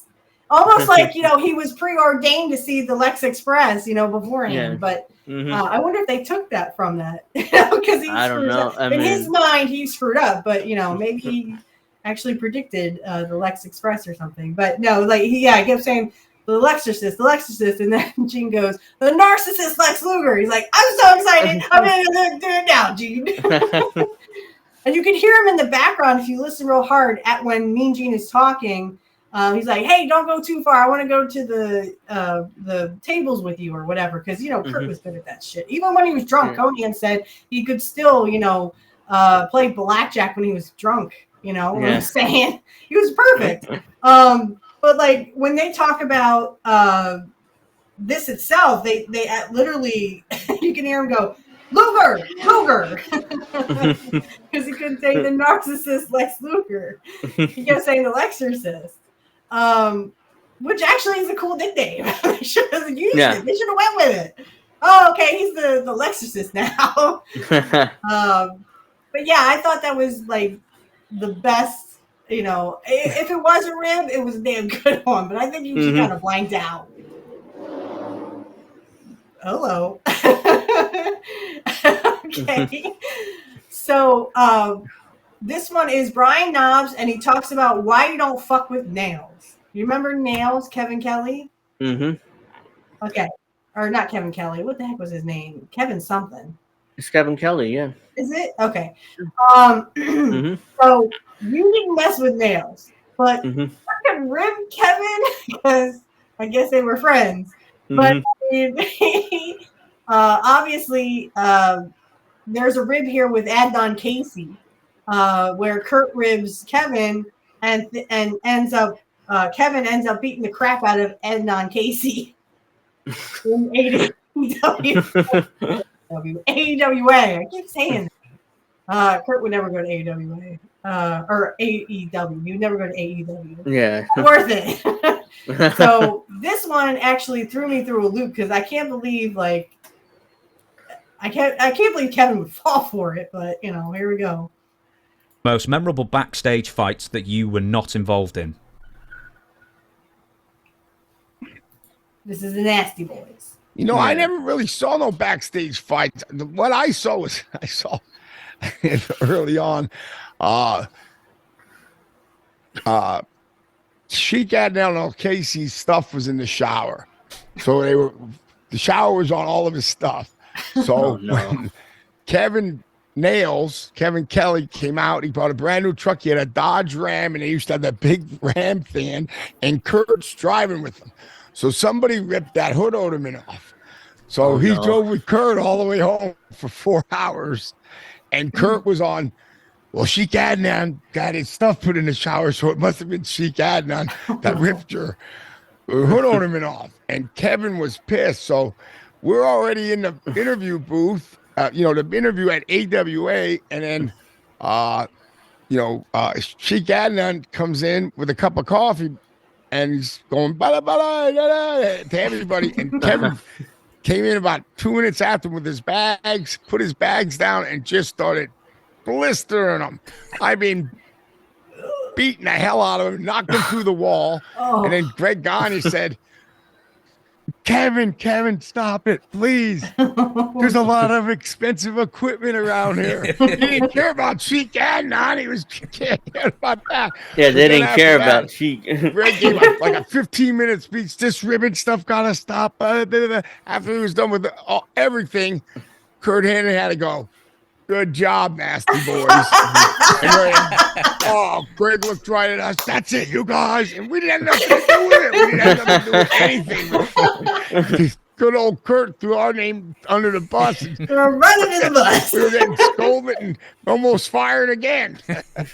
Back to Memphis maybe a second time. Hey, do you know what? Just because you mentioned Nails before, there's a very famous story with Nails. You know what it is.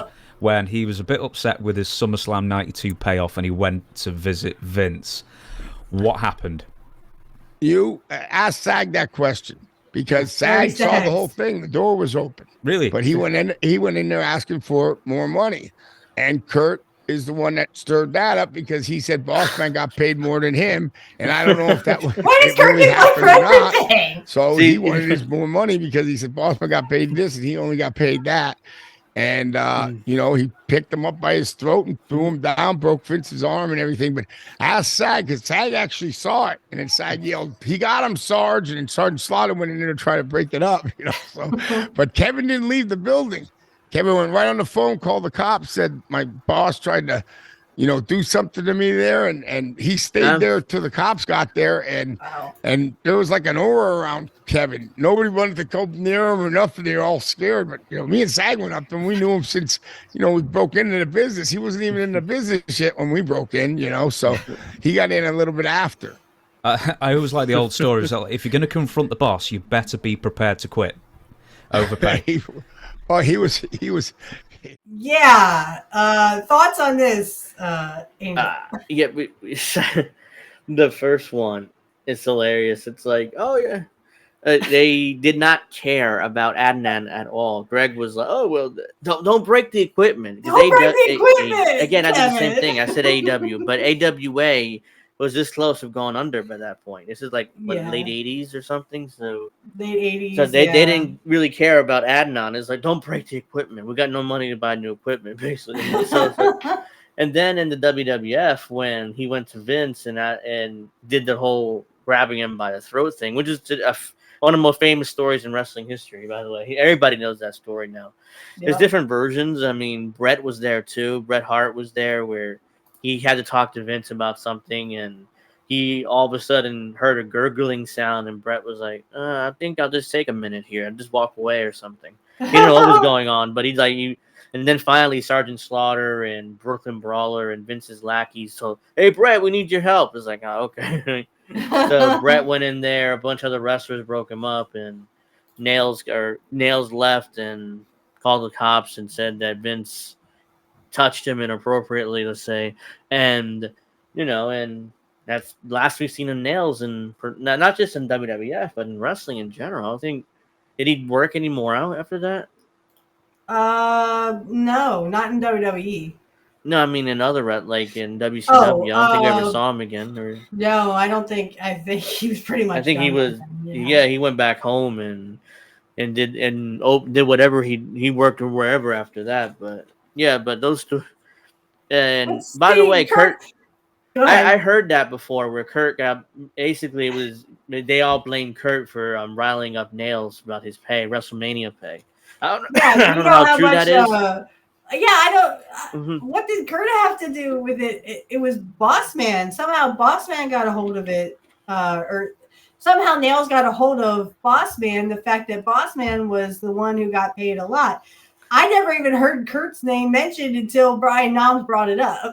Yeah, I've heard somebody else brought up Kurt's name, like, oh, well, it was Kurt that riled up Kevin to do that, or to confront Vince, or about his pay. But I don't know how true that is, because it's wrestlers talk, and and as you say, Kurt tends to get blamed for everything. So it's like, actually, if he was in the company, oh yeah, Kurt did it.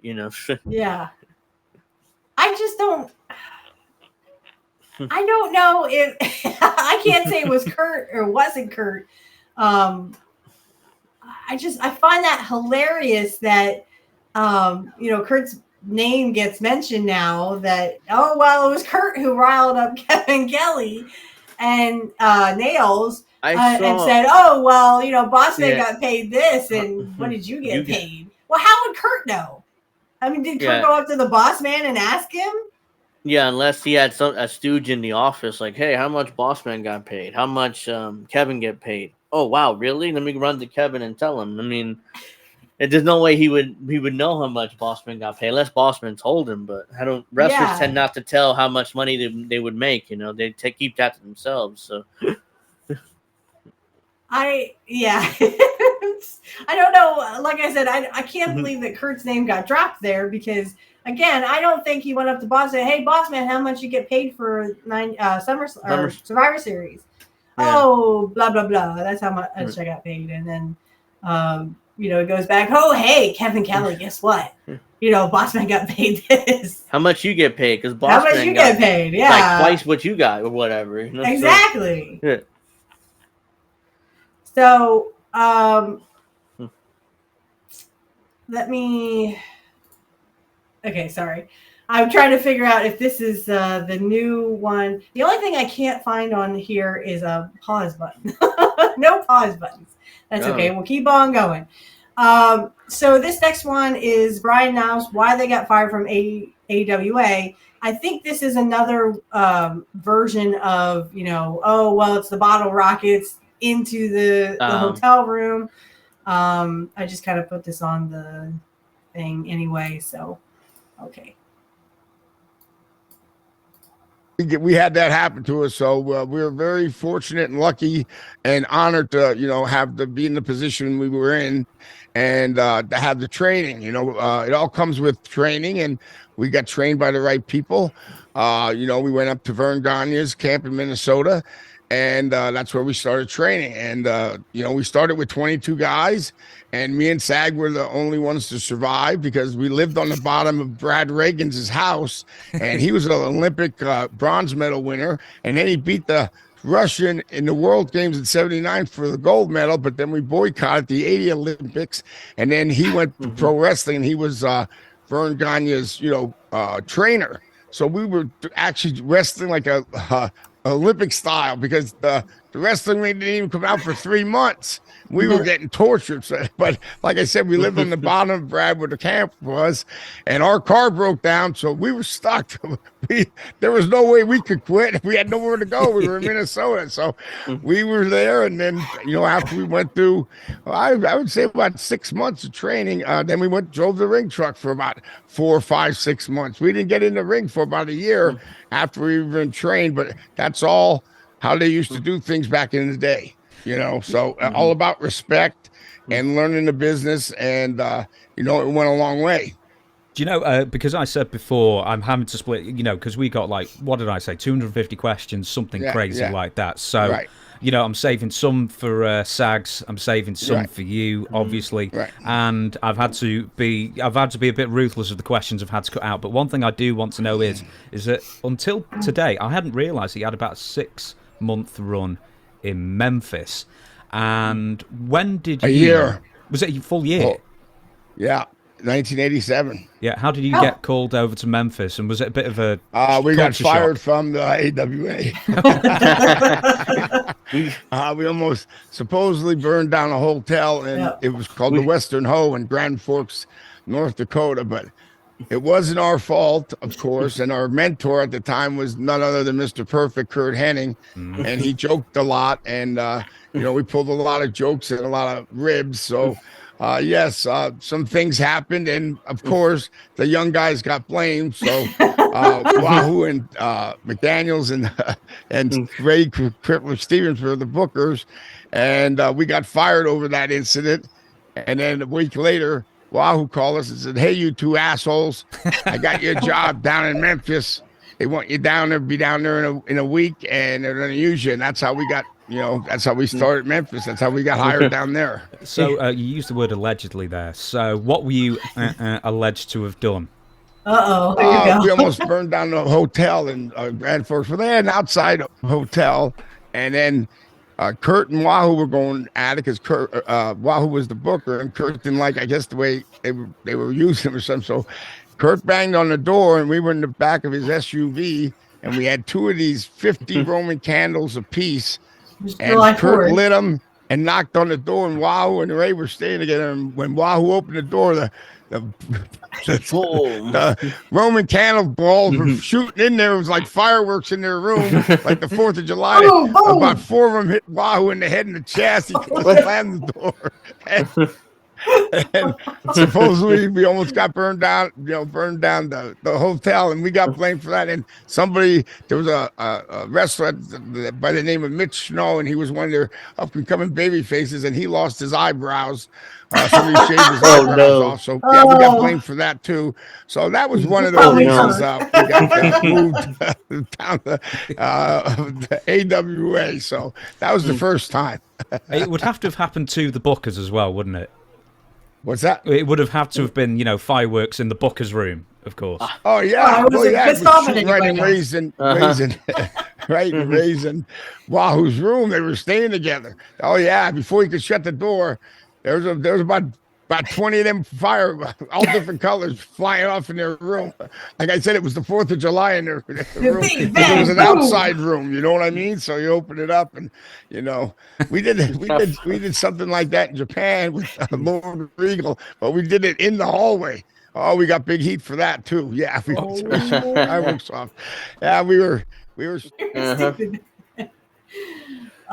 Okay, thoughts on that one. It is a little bit of a recreation of the story we already know, where now it's Curt actually banged on the doors. I don't remember them saying Curt banged on the door, but apparently Curt banging on the door, and they open it and bing, bang, boom, there goes these fireworks, and it's Wahoo in the head of the chest. Well, that had to hurt. I'm trying to figure out the timeline. Wasn't Curt AWA champion then, or was he about to become champion? This was 87, so he would have won the title. This would have been Sorry. Excuse me. So this would have been 87. So he would have a match with Nick Bockwinkel in May of 87. And there would be like a controversial finish, and they would have to do an investigation because supposedly Larry Zbyszko hands Curt a roll of dimes, and Curt knocks out Nick Bockwinkel with it. And then you could see Curt do this, like he kind of like opens his tights and he puts the roll of dimes in real fast. I'm like, that must have felt weird. Yeah, because if he was a champion, he wouldn't have a reason to be mad at Wahoo McDaniel if he's the booker. This might have been before. So if this was this would have been before. Yeah. So probably like 86. I don't think it was 87. Yeah, Knob said it was 87. I think that was after. Yeah. So when they went to Memphis in 87. So this was probably like at the time in 86, I know April 20th, 1986, which is my birthday, when the day I was born, Curt and Scott Hall were the tag team champions, the AWA tag team champions, and they were actually facing the Long Riders, which they didn't do a lot with the Long Riders either. So I remember them doing a lot with Bill and Scott Irwin, I think their name was. But I could see maybe like 86 when they did that crossover, maybe like before Curt would have the controversial thing. It could have been the controversial thing. Like, why do I have to win like a controversial way? It could have been that too. It could have been like May, and then like I don't remember when the investigation happened, but I know in May of 87 is when Curt won the belt supposedly, but then they were like, well, it's vacant until we can figure out, what happened. It's very slight, but if you see Larry Zbyszko goes over and you see Curt's hand open a little bit. So it's very slight of hand. It's almost like he had to be like a magician kind of thing to not see that the roll of dimes goes in. But if you look really, really hard, you can see Curt's hand open slightly.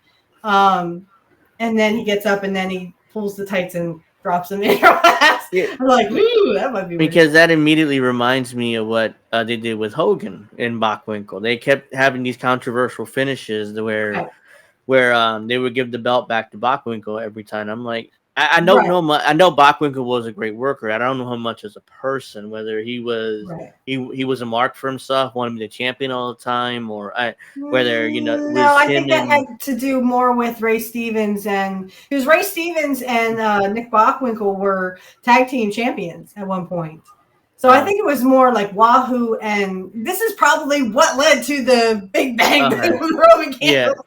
Because, Curt's like, why do I always have to do a freaking controversial? Because they did the same thing with Curt that they did with Hogan in these controversial, which led to Hogan bouncing to WWF. But so only this had to do more with like Larry Zbyszko and the sleight of hands where the roll of dimes would be, and then he knocks out. Because I noticed that whenever Bockwinkel loses, there's always some kind of controversial way, and I think maybe that's why Curt was like, why do I have to have a controversial? Why do I have to be like Hogan? I'm not Hogan. That kind of like the thing with Hogan you were talking about. They probably tried to do the same thing with Curt and then just said, okay, fine, Curt, you can be the champion. So eventually they'll have a little investigation and then they'll find that and they're like, Curt, what's this right here? And Curt's like, what? I don't see anything. Well, Curt was going to say that. And then eventually Stanley Blackburn, I think was his name, was kind of like he wasn't above Vern Gagne, but he was kind of like the president of the WWF. Was it Tunney? Jack Tunney. Jack Tunney. Stanley Blackburn was kind of like the Jack Tunney. And he kind of he was like, oh, well, it's vacant. It's vacant till we can figure out what this investigation. We'll have to do this investigation and we'll have to watch the tape. But you can, if you do watch the tape, you do see sleight of hand. But they had to, if you watch the real thing, there is, Curt's hand does open a little bit, but in the investigation tape, you can very just barely see this little sleight of hand thing that it's like Larry Zbyszko does to Curt, to help Curt, of course. And then eventually, you know, Larry Zbyszko will also be the champion after Curt leaves. For I don't know how long he was, but I think it's kind of a slap in the face to Greg Gagne, because I'm like, why would you not make your son champion? But that goes back to the favoritism. Oh, he's the son of the promoter, that kind of thing. Yeah. But I don't think it would have been that, because Greg was a good wrestler. You know, he was second generation, just like Curt was. And of course, they had a Greg Gagne, Curt Hennig feud. Curt will eventually turn on Greg, and they will have a feud where their fathers are tied to each other. We're going to go over that match. Their fathers are tied to each other. And so if one tries to help their son, the other one pulls it back. Yanks it away. Yeah. That's the only time I've ever seen Larry the Axe Hennig as a heel, because Curt was a heel. So I only saw Larry the Axe as a babyface because, again, I didn't come till '86. And the far back as I go, I didn't go, and they don't have any of that 60s stuff that I had seen, knock on wood. I'd only seen like 70s stuff, and by then Larry was a full-on babyface by then. Yeah. But he was a great babyface, and he was a good heel too when Curt was the heel. I just like the one promo that Curt does. He's talking about Greg Gagne. They had just had that match where their fathers were tied to each other. And he goes, you know what, Greg? I think I'll go get my baby sister to come down here and beat you up. I'm like, whoa, time out. How baby are we talking here? Are we talking like a little child? Are we talking about like, you know, I think he said he was a teenager. She was a teenager by then. But I'm like, whoa, how baby are we talking? Are we talking like a 5-year-old kid? Are we talking like, you know? So that was pretty cool. But yeah, I like that because, it reminded me so much of like the AWA stuff. And again, the controversial thing that could have been, I'm guessing that was Ray Stevens. That was more Ray Stevens than it was Wahoo McDaniels. Because like I said, Wahoo and Ray Stevens were the bookers. So, and Ray Stevens and like I said, Nick Bockwinkel were like this. They were pretty close because they were tag team champions and they had been up and down, you know, the road together, and they did everything. And if I remember correctly, Ray Stevens was actually doing commentary during that match, and he's like, "Oh my God, he hit him with a roll of dimes." You know, he just like stands up like of everything, and he's just like, "Oh my God," you know, he just hit him with the roll of dimes or whatever. So so it was like the Ray Stevens kind of getting in the way. So I could see like you know, the other thing is about slashing the tires. Apparently, Curt never found out who slashed his tires, but he thinks it was Ray Stevens. I did a little research on that. But yeah, he thought it was Ray Stevens, but he said, if I ever found that mother effer who slashed my tires, he'd be dead. I'm not messing with you. I'm not messing with you at all. I wouldn't do that, not even if you paid me $2 million. Hey, go slash Curt Hennig's tires. No. I don't want to die, thank you. I like breathing. All right. So this one is Brian Knobbs. I got blamed for shaving Eddie Guerrero's eyebrows. So apparently Curt will get blamed for this as well. Yeah. You categorically, hand on heart, didn't do it. Yes, I did tell you, Rib. Eddie Guerrero's eyebrows shaved. Yes, I got blamed. And I didn't do it. You know, we helped Eddie, you know, so he would pass out. But besides that, no. Two guys do it. You would never know when your wildest dreams did it. Is the names being withheld? You know what? It's long enough now. I mean, I even got yelled at by Eddie's mom when I went over to the house a long time ago when, you know, everything was still, you know, we was all WCW. She said, you shaved my baby's eyebrows off. And I said, it wasn't me, I promise. But no, I'm going to stooge it out. One was Chris Benoit and the other one was Barbarian. And you would never think it in the world. Oh, they'll did well. I thought he was going to say Chris Curt is Hennig. Chris. That I thought so. situation I don't even want to talk about. No. But Barbarian, he's one of the nicest guys ever. But he was so overjoyed because he never did nothing like that before. But we had nothing to do with it. But we got blamed. Because eyebrows shaved right away. You're looking at the nasty boys. Hey, we didn't even bring the razors out. They did. So, but yeah, we got blamed for shaving Eddie Guerrero's eyebrows off, and we didn't even do it. Well, I did. So for some reason, I did. SAG did. And I got blamed. Well, there you go. We've righted a wrong there. 30 years or so after the initial eyebrow shaving. Yes, exactly. Because you mentioned WCW, we're going to do a couple of WCW questions, and then we're going to get on to our first game. Hey, I'll tell you one that I'm not supposed to admit it, but go for it. I did shave Ric Flair's eyebrows off. Oh, yes! Oh, yeah. And when he hit England, and he looked in the mirror, and he saw he had no eyebrows. Oh, man, he was calling the office telling him, get them two fat bastards back. I don't want to be wrestling with them.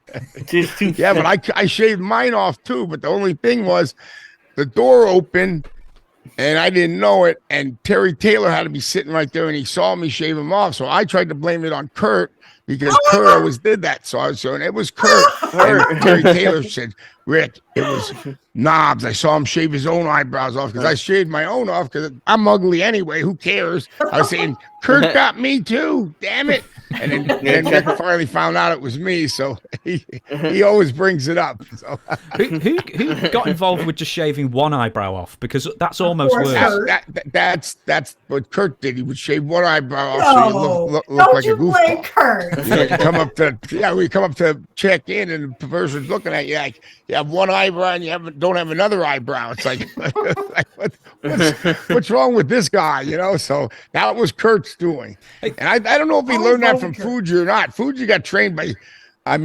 Curt got trained by Fuji with the ribbing stuff, and it's not the Ruber. Fuji was pretty serious with the ribbing stuff too. I used to do a podcast with Don Morocco, and he told me we did an entire episode just on Fuji ribs, and like 15 minutes of it was just pets being fed to people. I would have loved to hear that because Don was with Fuji a lot, and Fuji was the man. He was great. He was a good guy. And all right, so he's just gonna talk about Fuji there. Thoughts on this one?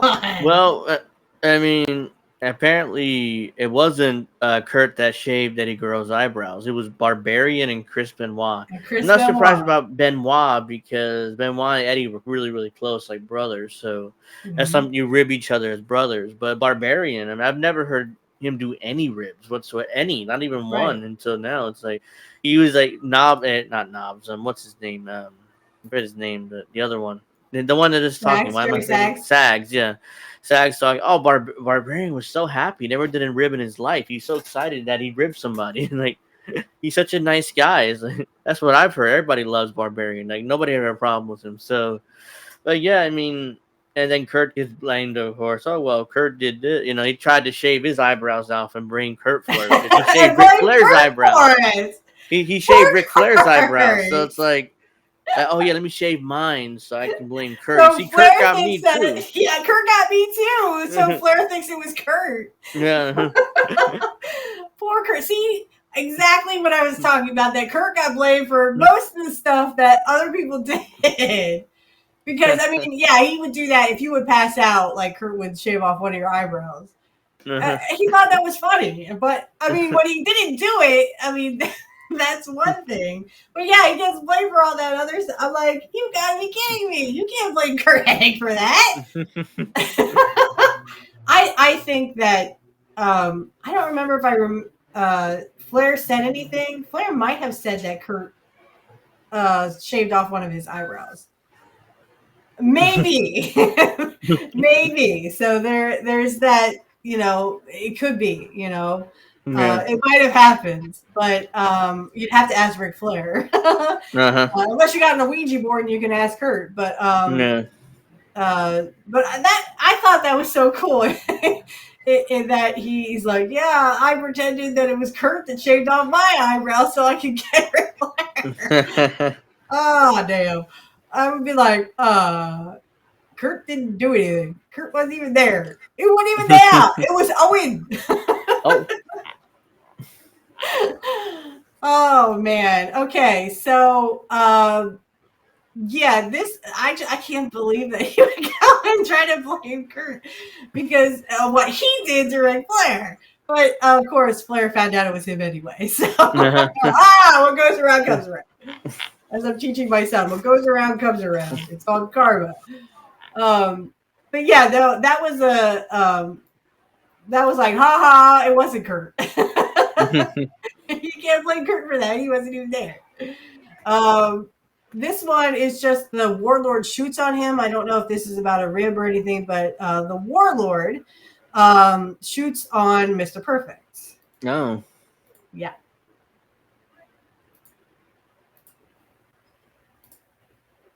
Association. Now, I am going to give you a sentence, a description, and you throw back to me the first name that comes to mind. And do you know what? If there's a little story to go with it, then please throw it in as well. And the first one is the funniest person in the locker room. And it can be any locker room. Oh, God. I always liked Curt Hennig. Curt Hennig was always good. He was a good ribber. But he's also funny, the things he would come up with and say and that stuff. You know, he always had a lot of energy, and he was just a good person in the locker room. Yeah. I mean, you need those kind of guys because, you know, with the grind and everything. Yeah, what percentage of people in the locker room would keep up that energy day after day after day on tour and sort of like never flag? Oh, there was a lot of guys. I mean, a lot of guys, you know, you always got to try staying up as much as you can. We all know we're tired, we're beat up, we're sore, everything else and that stuff, you know, but, you know, you still got a job to do. So everybody always try staying in good moods all the time. That's something, you know, if you had fun the night before, you talk about it and that, you know, and, you know, just, you know, do whatever you got to do to keep everything going. Next one is last man standing at the bar. Haku. Jesus. Are we talking? No, we're not talking in the fighting sense. We're talking in the drinking sense. Oh, drinking? Yeah. Oh God. Don't worry, Haku will be coming up later. Trust me. Yeah. I would have to put probably Berserker, Johnny Nord. John Nord. It's not the first time we've had John Nord's name thrown out. Yeah, there as Johnny could drink, but John. Listen, Johnny was another funny person too. He was humorous. The things he would do and come up with, he was humorous. Were you a big drinker? No. What, like teetotal or? No, I never really drank. I really didn't care for it. Did you hang about in the bars or, you know? Oh yeah, I would hang with the guys. Yeah, because I want to talk to the guys and see the guys. You know, you always naturally. All right. Stop sharing their thoughts and things about Curt being, the funniest guy in the locker room. Well, I mean, that's not surprising. I mean, he had that reputation already, so that's not something that, you know, that would shock me at all. But yeah, I mean, he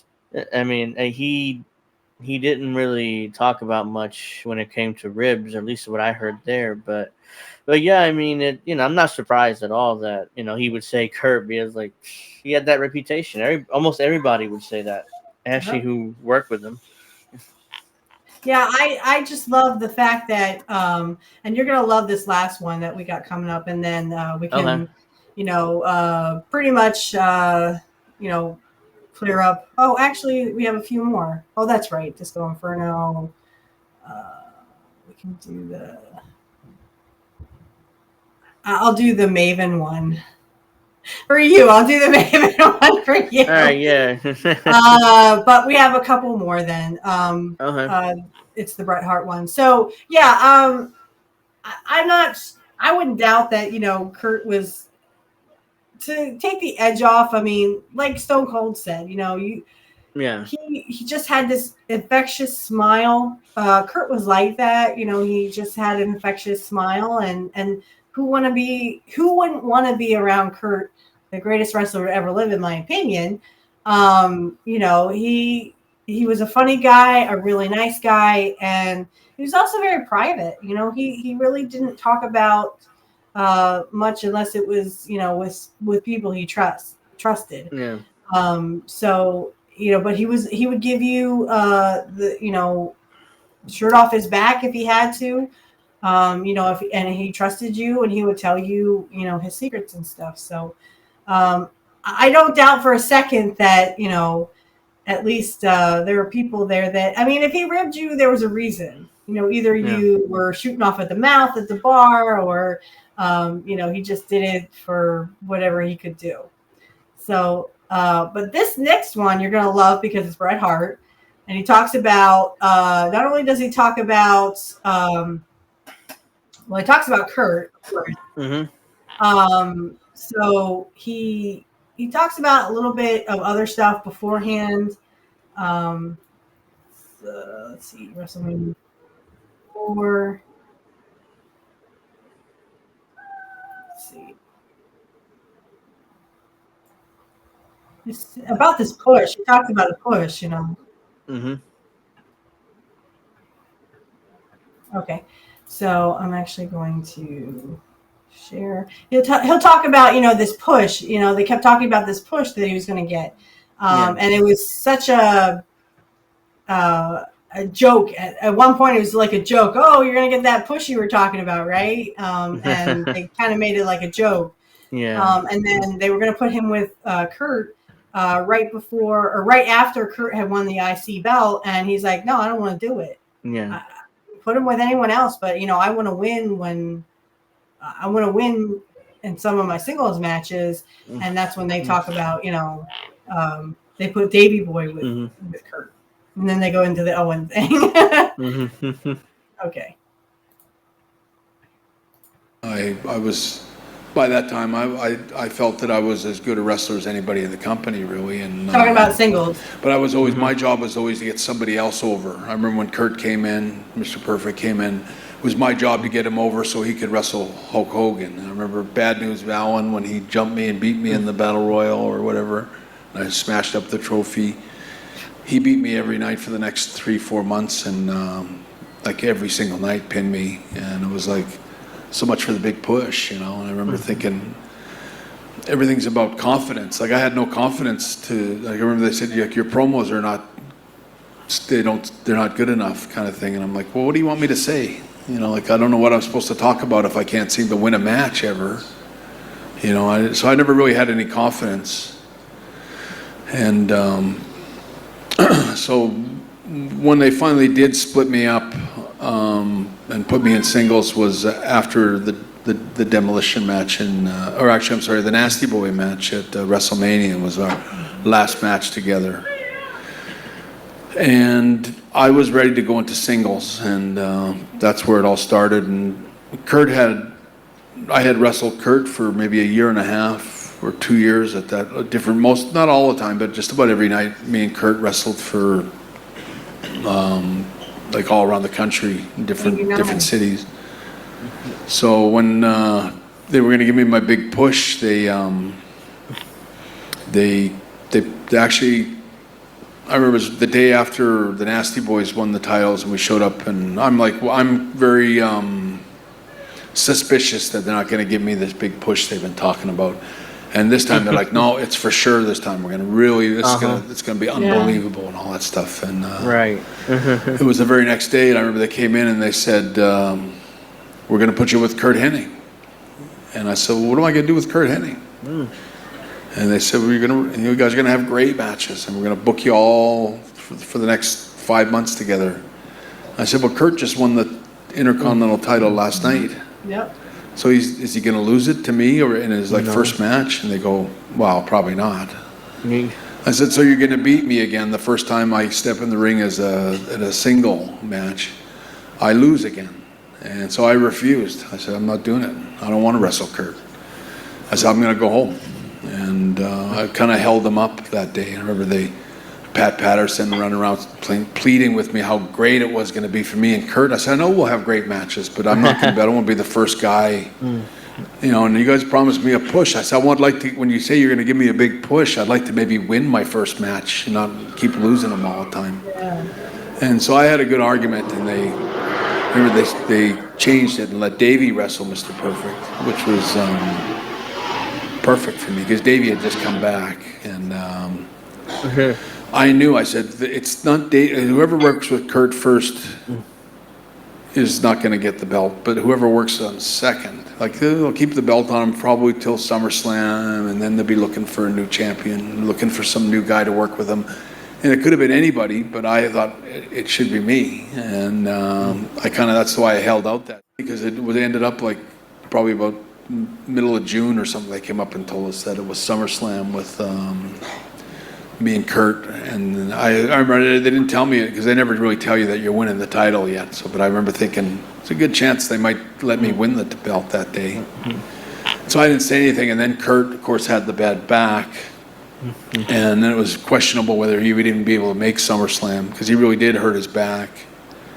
And I just remember Curt called me on the phone and told me, he goes, "I heard it's me and you at SummerSlam." And I was like, that'd be great. And I hope hope you can make it. And I was talking about his back, and he goes, "Whatever happens, I will be there to drop the belt to you. If I can, I will make it to that match." And that's why I always love about that SummerSlam match.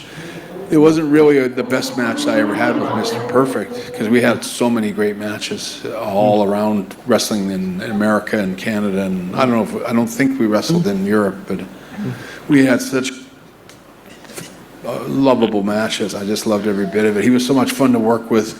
Curt had a lot of.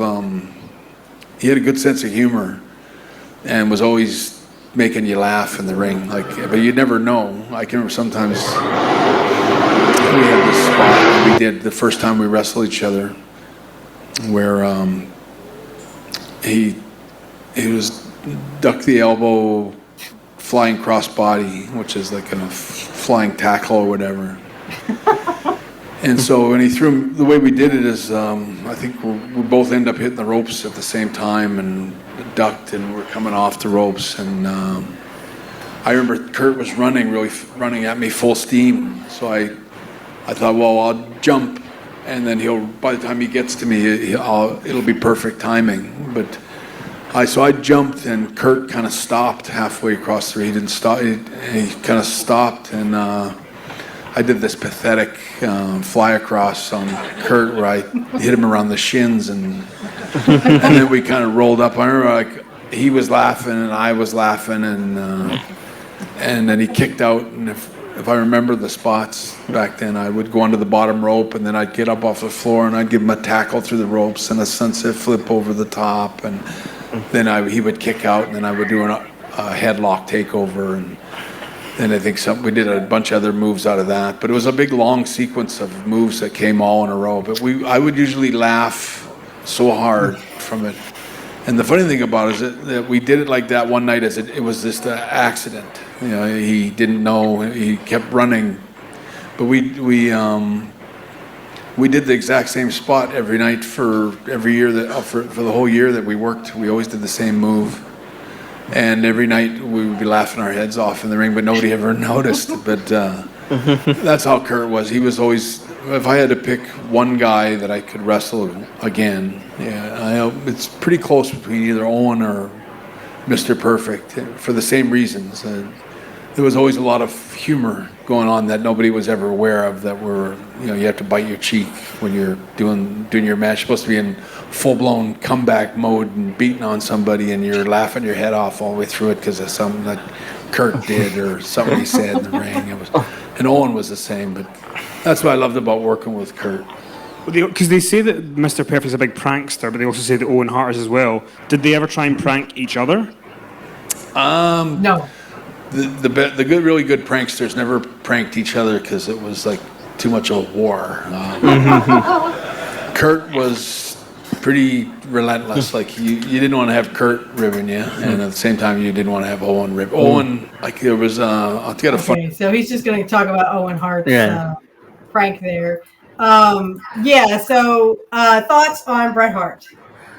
That match at SummerSlam '91 made Bret Hart. I mean, it just made him because that was the first singles title he ever won. And then I think a year after that, he beat the WWF champion. So it's like that match made him. I mean, Bret was absolutely right in the sense that I don't want to work with Curt first because I'm going to lose. And then, so it's like if I want to be a top guy, I can't be losing my first singles matches on television. So it's like, no, I'm not doing it. I'm not doing it. It's like, he's right. I mean, eventually he knew by SummerSlam probably looking for a new champion anyways. But this is before he hurt his back. So now they're definitely before Kurt would end up hurting his back. But it just goes to show you that the respect that they had for each other. Because Kurt, I mean, if his back was really bad, and he was in pain, he was having back spasms and just trying to go through the motions. But he at least had, I mean, that was 110% match. That, I mean, even though Kurt was in pain because of his back, I think that, Kurt gave it his all for Bret and those fans. I mean, like I said, once a showman, always a showman. And it just shows how much respect he had for Bret Hart, how much he respected the business and Bret Hart. And that, that they were friends and they hung out a lot. And like I said, at the beginning, he did kind of, and that's why I say Bret kind of is like, well, you know what, Kurt Ribbon, you, because he hit Bret's pants. Yeah. So Bret's going, I can't find my pants. Kurt, where are my pants? That kind of thing. But the respect that Kurt had for him, I think, just speaks volume to not only their feud that they had, but also to the fact that how much respect Kurt had for Bret, how much Bret had for Kurt. And I think it just goes to show that there was, I mean, because he was going to make that match. I mean, and Bret was like, are you sure you want to come back? I mean, his back was really bad. And Kurt's like, I'll be there. And, like I said, it wasn't their greatest match, I guess, that you could say. But I think it showed that Kurt, even if he was hurt, that he could still go. He could still go the distance. And it was a good match. It was a great match, okay? And I think, I mean, that did make Bret Hart. But I think you had to give, Kurt his props, too, because even while he was injured, he still, gave it his all, gave 110%, and somehow got through the match. And again, Bret says in his book that when he tore off the singlet, that was Kurt's idea. So even Kurt was trying to, propel Bret forward, even if Kurt couldn't because he had injured himself. Injured his back, and he still wanted his friend Bret Hart, who he respected, 110% worth. He didn't have to show up for that match. He could have just dropped the belt and said, have a tournament, whatever. No, Kurt was that kind of a competitor and showman that he literally would go through the pain of, giving a great 5-star match with Bret Hart. I can't say enough great things about SummerSlam, even though when you find out that his back is injured, you're like, and I'm just like, oh no. We're going, okay, get out of the ring now. And Kurt's like, nope, I'm gonna do this now. I'm like, oh boy, okay, go ahead, do it. Like, oh, please, out of the ring. Because you don't want him you don't want him to get hurt even more. You don't want him to injure himself even further. But again, it just goes to show the respect he had for Bret Hart and the respect he had for the business and the fans too. Even though he was a heel and he was very much hated, and everyone wanted to see Mr. Perfect lose. That's why they bought the tickets. They wanted to see Mr. Perfect lose. To Bret Hart, so I think that, I mean, that's called putting butts in seats. Yes. So I mean, everyone wanted to see Mr. Perfect get his comeuppance because he was talking bad about Bret Hart. I'm going to beat you. I'm Mr. Perfect. Nobody beats Mr. Perfect. That kind of thing. So I really think it just goes to show the mutual respect that they had for each other, the friendship that they had. I mean, they were close, but it's to be expected because they kind of came from similar backgrounds. Excuse me, they're both second generation. There's and I just posted the King of the Ring match again between him and Bret, and I'm like, oh god, when he does the suplex out of the ring, I'm like, oh my, okay. Yeah. Brett, watch the back. Even though Curt could wrestle, he wasn't. I'm sure he was in pain, but I'm sure it was. Curt would still stick it through. You know what I mean? Mm-hmm. He's just one of those competitors that would do that. He's one of those guys that would just work through the pain. And we always have shake it off, shake it off, shake it off. And today it's like you get a little tiny nail problem and you can't play football or something. So I think it just goes to show that in our day, the competitors and athletes were a lot tougher. Yeah. And that one goes to show that there's all kinds of respect and, friendship and love for the other. Curt talks about Brett with such affection, that he had great matches with Brett. He will always remember those great matches in 89. So they would have several different matches in 89, throughout 89. I've seen several promos where Curt's like, you know what, Hitman, you're getting under my skin, that kind of thing. So there were several different promos. And then, of course, the matches through 89 were phenomenal, especially the ones in the Maple Garden. But it always seemed to end in a draw, except for when you get to November of 89. And it's him and Brett on, I think it was Wrestling Challenge. And they have a match, and Curt rolls up Brett and gets the 1, 2, 3. So he actually did beat Brett the Hitman Hart. And then, of course, Brett would have gone to beat him. And I never really looked back after that. It was kind of like, just that one time that I know of that he actually beat Bret Hart. So, and that was with Lanny. Lanny would be with him at this time. So, and the way Curt talked about Lanny also was such affection. I didn't understand. I'm like, why would they put Lanny with Curt? It didn't make any sense. Yeah. There. He was a poet. Everyone knew Lanny was a poet, and he was a wrestler like his dad. So Lanny was also second generation. Everyone knows that Lanny was the younger brother of Randy Savage. So and it's kind of like, I don't think Curt ever got in trouble, but I did hear a story where Lanny was complaining to Randy, and Randy came and was bitching out Beefcake for cutting Lanny's hair. So I don't know. I don't think Curt ever got yelled at for that, but Randy did like to yell a lot. I'm like, Randy, take it down a notch, okay? I like that one Mean Gene promo, and he goes, doing the thing, bang bang, walks right off, and Gene's like, what happened? All right, so these last couple are like, Disco Inferno. I think he's going to mention the Curt hiding what's his name's pants or taking them, and he had to go out in like jean shorts or whatever. And then that kind of became like a gimmick for him almost. Didn't he? After that, he like kept doing it. I don't know. I'm guessing he never found his pants. No. Kind of like Bret Hart. Eventually, Curt would say, "Bret, your pants are over there." We're like, God damn it, Curt. We gotta go, Or it's kind of like, what do we do? What do we do? I gotta find my pants. I gotta find my pants. They're over there. Damn it, Curt. Did this on purpose. Okay. All right, here we go. Who were your favorite wrestlers? I liked everybody. I love the characters. Mr. Perfect was always one of my favorites. Brother Love was one of my favorite characters. I just liked everybody. I never had a favorite. I just loved the whole show. Ultimate Warrior, for sure.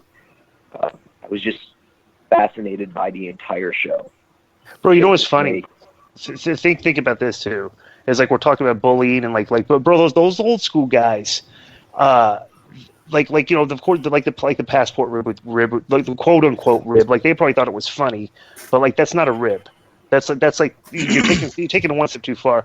I remember back in WCW, Hennig and the Nasty Boys. Well, the Nasty Boys not so much, but Hennig. But Hennig was the type of guy that would pull he'd pull the ribs that stepped over the line. Like I remember, Kidman used to wrestle in the blue denim shorts, right? Well, Hennig took him like they we don't know if he did it or not. But Hennig so took here their it gets denim blamed shorts and, again, right? Poor Kidman had to find like another pair of jeans, like black jeans, cut them off and everything, go out the ring. You know, like basically wasn't his ring attire, right? But the funny thing about it was though he was like the hiding in plain sight guy. Like Hennig was the guy going around to all the crew, going like, "Hey guys, Kidman lost his shorts. We got to find him. We got to find him. You know, hey, everybody's Kidman shorts are gone. We got to find him. You know, like one of those guys. You know, like you knew he's the one that did it. Right, You bro. know, Like right. he did the same thing in WWE. He had stolen Sheik's towel, and the Sheik was looking for it, and he kept telling everybody, well, nobody's leaving until we find the Sheik's towel. Nobody's getting out of here until we find it. And you know, the Sheik, it's all right, baby. I get another towel. No, Sheik, it's not all right. All right? That's not cool. And I thought it was so hilarious because it was hidden. You know, how about when he handcuffed Penzer's like suitcase to like the roof? It's like, how did he even? What did he use to get up there? A crane?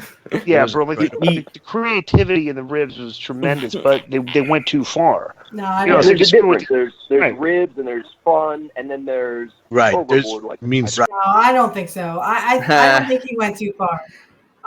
It sounds like Inferno Disco was ribbed by Curt. He didn't like it. That's what it Yeah, sounds he didn't like. like it, but he won't. You know, he won't emphasize or he won't talk about it. So,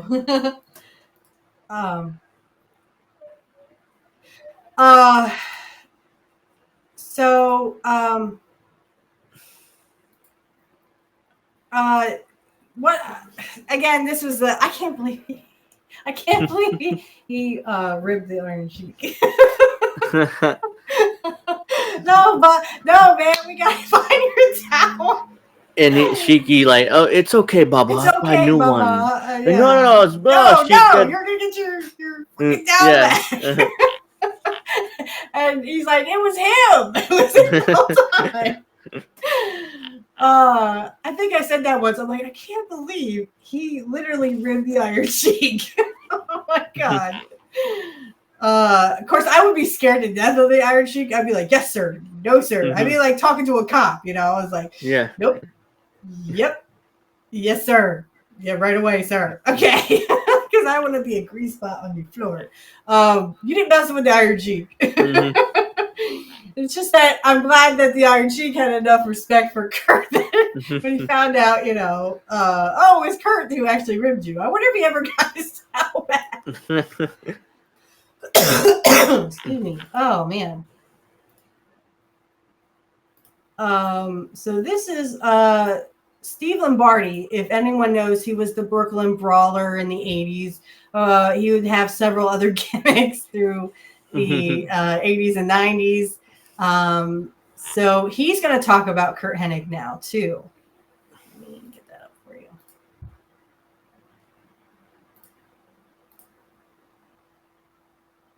I started hanging around TVs. And then Curt Hennig came in. And I mean, he looked like, well, you're too young for this. Richie Cunningham on the Happy Days. No, of course I've seen Richie Cunningham on the Happy Days. I mean, curly, red hair. He wasn't the Mr. Perfect that you knew when you seen him. Yeah. Vince sent him away to Oregon. So he went to Oregon. Curt told me, fly to Oregon, come to my house, and I'll help you out. So I flew to Oregon. I went to Curt's house. He said, come to the matches tonight. And at that time, Dynamite Kid was working there. Okay, so 83-ish? He says to me, I'm going to challenge anyone out of the audience. He says, you stand up. I will let you into the dressing room. He didn't tell the guys. He just kept it between me and him. So as soon as I stood up and I started walking to the dressing room, all the guys stood in front of the door and blocked me. And then Curt said something, Carney. Did you ever hear the term Carney? Yeah. Yeah. It's me his art. He's smart. You know, it's a wizard. They moved aside. He goes, well, we'll see if they got some boots and tights that fit him downstairs. Well, actually, they were mine So then I come out. He rehearsed it to me in his house. He says, grab a headlock and hang on. And that's all you need to do. And if you remember Curt Hennig, when you got a headlock, he's flopping and flipping and turning. He went outside the ring. He grabbed the barricade. I still got his head. and my half my body's in. He pulls the barricade towards the ring. I mean, it was hard to hang on to that guy. It really was. Then he gave me a belly-to-back suplex, and then he rode me about it my whole career. All you knew was headlock, and I beat you with a belly-to-back, easy. You know, he was a big ribber. He was a big ribber. And when I mean ribber, I know I'm going off your script here. When I mean ribber, one time I was wrestling in a local, about an hour from my house. I stopped like at a McDonald's or something, and Curt was in the town, of course. And I feel something in my pocket. I had like a button-down shirt. It was a dead white mouse. Now I got a hamburger in one hand. I got a dead mouse by a tail in another. I threw it out the window. I could not even think about eating this hamburger. I threw the hamburger out. I pulled the car over. I opened my bag. My bag's got mice in it all over the place. Oh, no. What do you get? Buy him and kill him? But that was his rib. And the way you could tell who plays a rib in the dressing room is you walk in, whoever's looking away the hardest. Always be Curt. That would always be Curt. That would always be Curt. He wouldn't look at you. All right. Thoughts on this rib? I didn't know that his first appearance with WWF was with Curt. I mean, and then it's like Brawler was there until recently. I think he may have let go when Vince was left around that time. So he was there for years and years and years in WWF. And yeah, I mean, getting dead mice. Look, the one thing I don't like is mice. I mean, I'm like, I see a mouse and, you know, it just. You're like my mom. When we had to catch we had mice come up in our second floor apartment, and she would make me empty the traps because I'm not scared of that stuff. Yeah. Or, you know, I'm not queasy with it, but there was one that kind of like was making noise and flopping around, and I'm like, everything. So I scared her one time. I went like that, and I'm like, and she's just crying and crying. But yeah, so dead mice. I never would have thought about that. Yeah. When I first heard this, I was kind of like, you know, if you do watch Curt and you have a headlock on him, or if you watch like Brett, watch him flailing around like this. And if you ever get to watch a Portland, Oregon, when Curt was in Portland, and he was a baby face, I mean, he just like would, you know, squirm all around and you know, try to do whatever he could to get out of this, you know, headlock. Yeah. And it's something that only Curt would do, right? So he puts you in these kind of moves, like the knee versus knee. I mean, it's hard to watch that match with him and Buddy Rose because it's like, oh God, because he's going, oh, like, stop doing that. I have to turn this off. Someone said it was a rumor that was actually a shoot. The knee versus knee match. Apparently, Buddy Rose and Curt didn't like each other. I don't know. That's just a rumor. I just when I watched that match, and that's episode whatever. Go find it. It's the knee versus knee match. Buddy Rose and Curt Hennig. And every time you hear this, I'm like, oh God, sorry, I can't watch this. I have to like turn my head because I'm like, stop doing that. You're yelling, and it hurts my heart. Watch it. It's hard to see like your hero, who is, of course, my hero is Curt Hennig. It's also hard. Like if you have a match where Brett's going, yeah, like, it's right? tough. Stop that shit. Stop that. Yeah. Where Brett's like really selling. I mean, Curt was really selling. I said the rumor he was just like really, you know, in pain or whatever. That was the focal point, though. It was, like I said, knee versus knee. Apparently, Buddy Rose had knee problems. Curt had knee problems. So Curt was just coming back from, knee surgery or something. I don't know if he didn't need it when he said it popped out a joint when Buddy Rose in the knee versus knee match. He would go into another promo and say, well, my knee got dislocated, but he didn't need surgery on it. So So they popped it back into place, I guess. I'm just like, ooh, just stop doing that. Just stop. Because, I mean, again, that's hard to watch, you know, when your hero is screaming for in pain and you're like, okay, stop. Oh, damn. I think we have like one more here and then we can finish up. Okay. So this one, I'm not sure, or no, we have this one and then Maven. Again, they're going to probably talk about the Kidman thing, but there was something extra that was in there. So the one with Iron Sheik, I liked. This one might have a little extra in there. I'm not sure. I think that's why I put it on the thing. And then we'll do Mavens, and then we will call it a night. Okay. By the way, you want to get in the mailbag? First, this is Jared Avia. The subject is Curt Hennig. Hi, K100 fam. Hope everyone's doing well. Hope you're feeling much better, Conan. Can't wait for Joe's much anticipated video.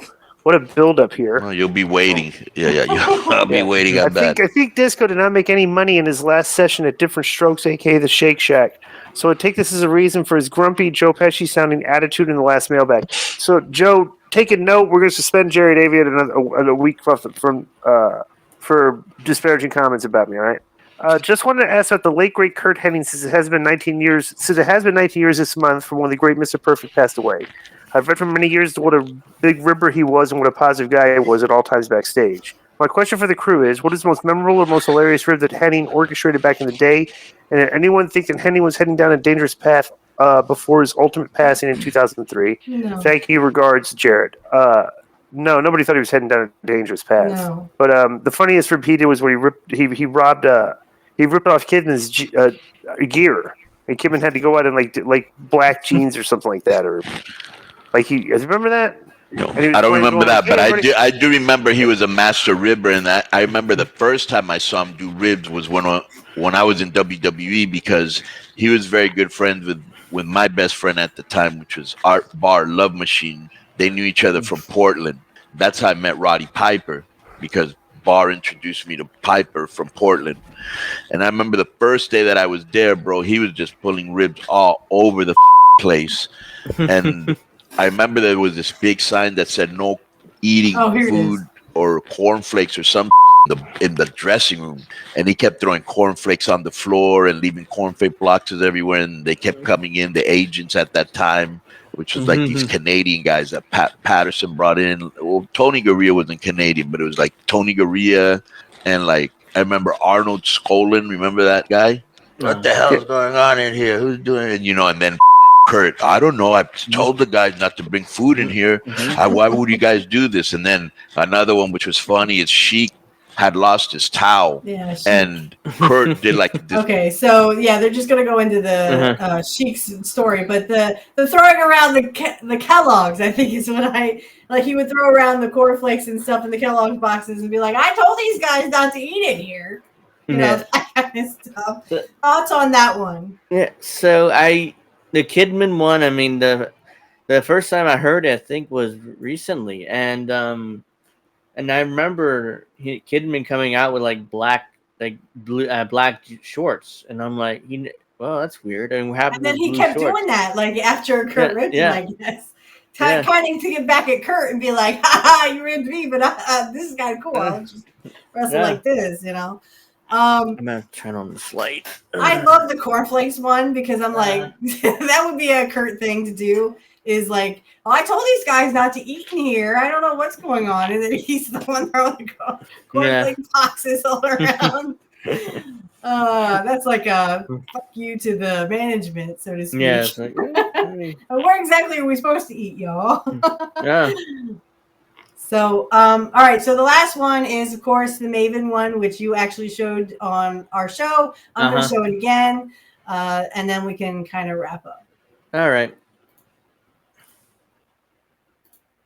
The other chair shot you took from Undertaker was the one on the neck. On the throat. That's why he talks so beautifully now. I don't know why we don't see that more. Yeah. Because that's the easiest bump. It looks devastating. It does. Because he doesn't even slam me down on it. It looks devastating. You told me, you were like, now when you hit, toss it. And that'll just sell it. And it didn't even come close to my throat. I don't know if you remember this, but Curt Hennig comes up to me after that, and he's like, "Maven, man, you need to protect Taker. If I was you, I'd go out and I'd find a neck brace and wear it." And that's the reaction, because I came to you and I was like, I'll do it if you think I should wear. And you did that exact reaction. You giggled just like that, and you went, "You're all right, kid." Yeah. Curt was bad, man. He was bad. He was good. He was good. Okay. He's yeah. I mean, I came across that on Undertaker's YouTube channel in his podcast, and it was a little short. It was like, oh, it didn't. And all of a sudden, I saw Curt, and it was like, oh, Steph would love this. So it's like, I showed it to you on the show, and it's like, it's hilarious. It's like funny rib, because it's like, hey, look, man, you need to protect Taker. I mean, he did that devastating move to you. You got to put on a neck brace or something. Yeah, man. you got to help Taker out, man. And Taker's just like, oh man. Oh, come on, Curt. Come on, Curt. Like, you don't need to do that. That's you're all right, kid. You fell for the rib. It's okay. I'm sure even I wish I could interview Undertaker and just be like, did Curt rib you? Be honest, Taker. Yeah. Because that was Curt. I mean, that that definitely sounds like Curt. And no, Curt wasn't bad. He was not bad. He did that just to rib you. He so ribbed you, maybe. But then Curt did that to everybody. But I would love to learn Taker, if he ever would Taker. Yeah, Maven won Tough Enough, which is why he debuted right after he won the show. And at the time, this is 2002, there's a lot of those old school guys there. They're paying the dues and, making sure you respect the business and all that stuff. And all of a sudden, here comes this kid that won an MTV competition time. Right. And he just comes in and has a job instantly for a year, and is like, "Who the fuck's this kid?" And he Maven did well. I mean, he had a good run. It wasn't like he was a hardcore champion. They did stuff with him, but the Undertaker thing was like the most memorable in his run, because the Royal Rumble elimination, which is another thing that year where he like drop kicked him and eliminated Taker, was like, whoa. And Taker came up with that. He was like, instead of me beating up everybody, eliminating everybody, just have the kid eliminate me. I was like, what? But really, you want to do that? He's like, oh yeah, because look, first of all, I think Taker was kind of like, I don't want to work too much today, so let the kid eliminate me a few minutes, and then I'll beat him up, and and then I'll go to the back. I'm done for the night. So. Right.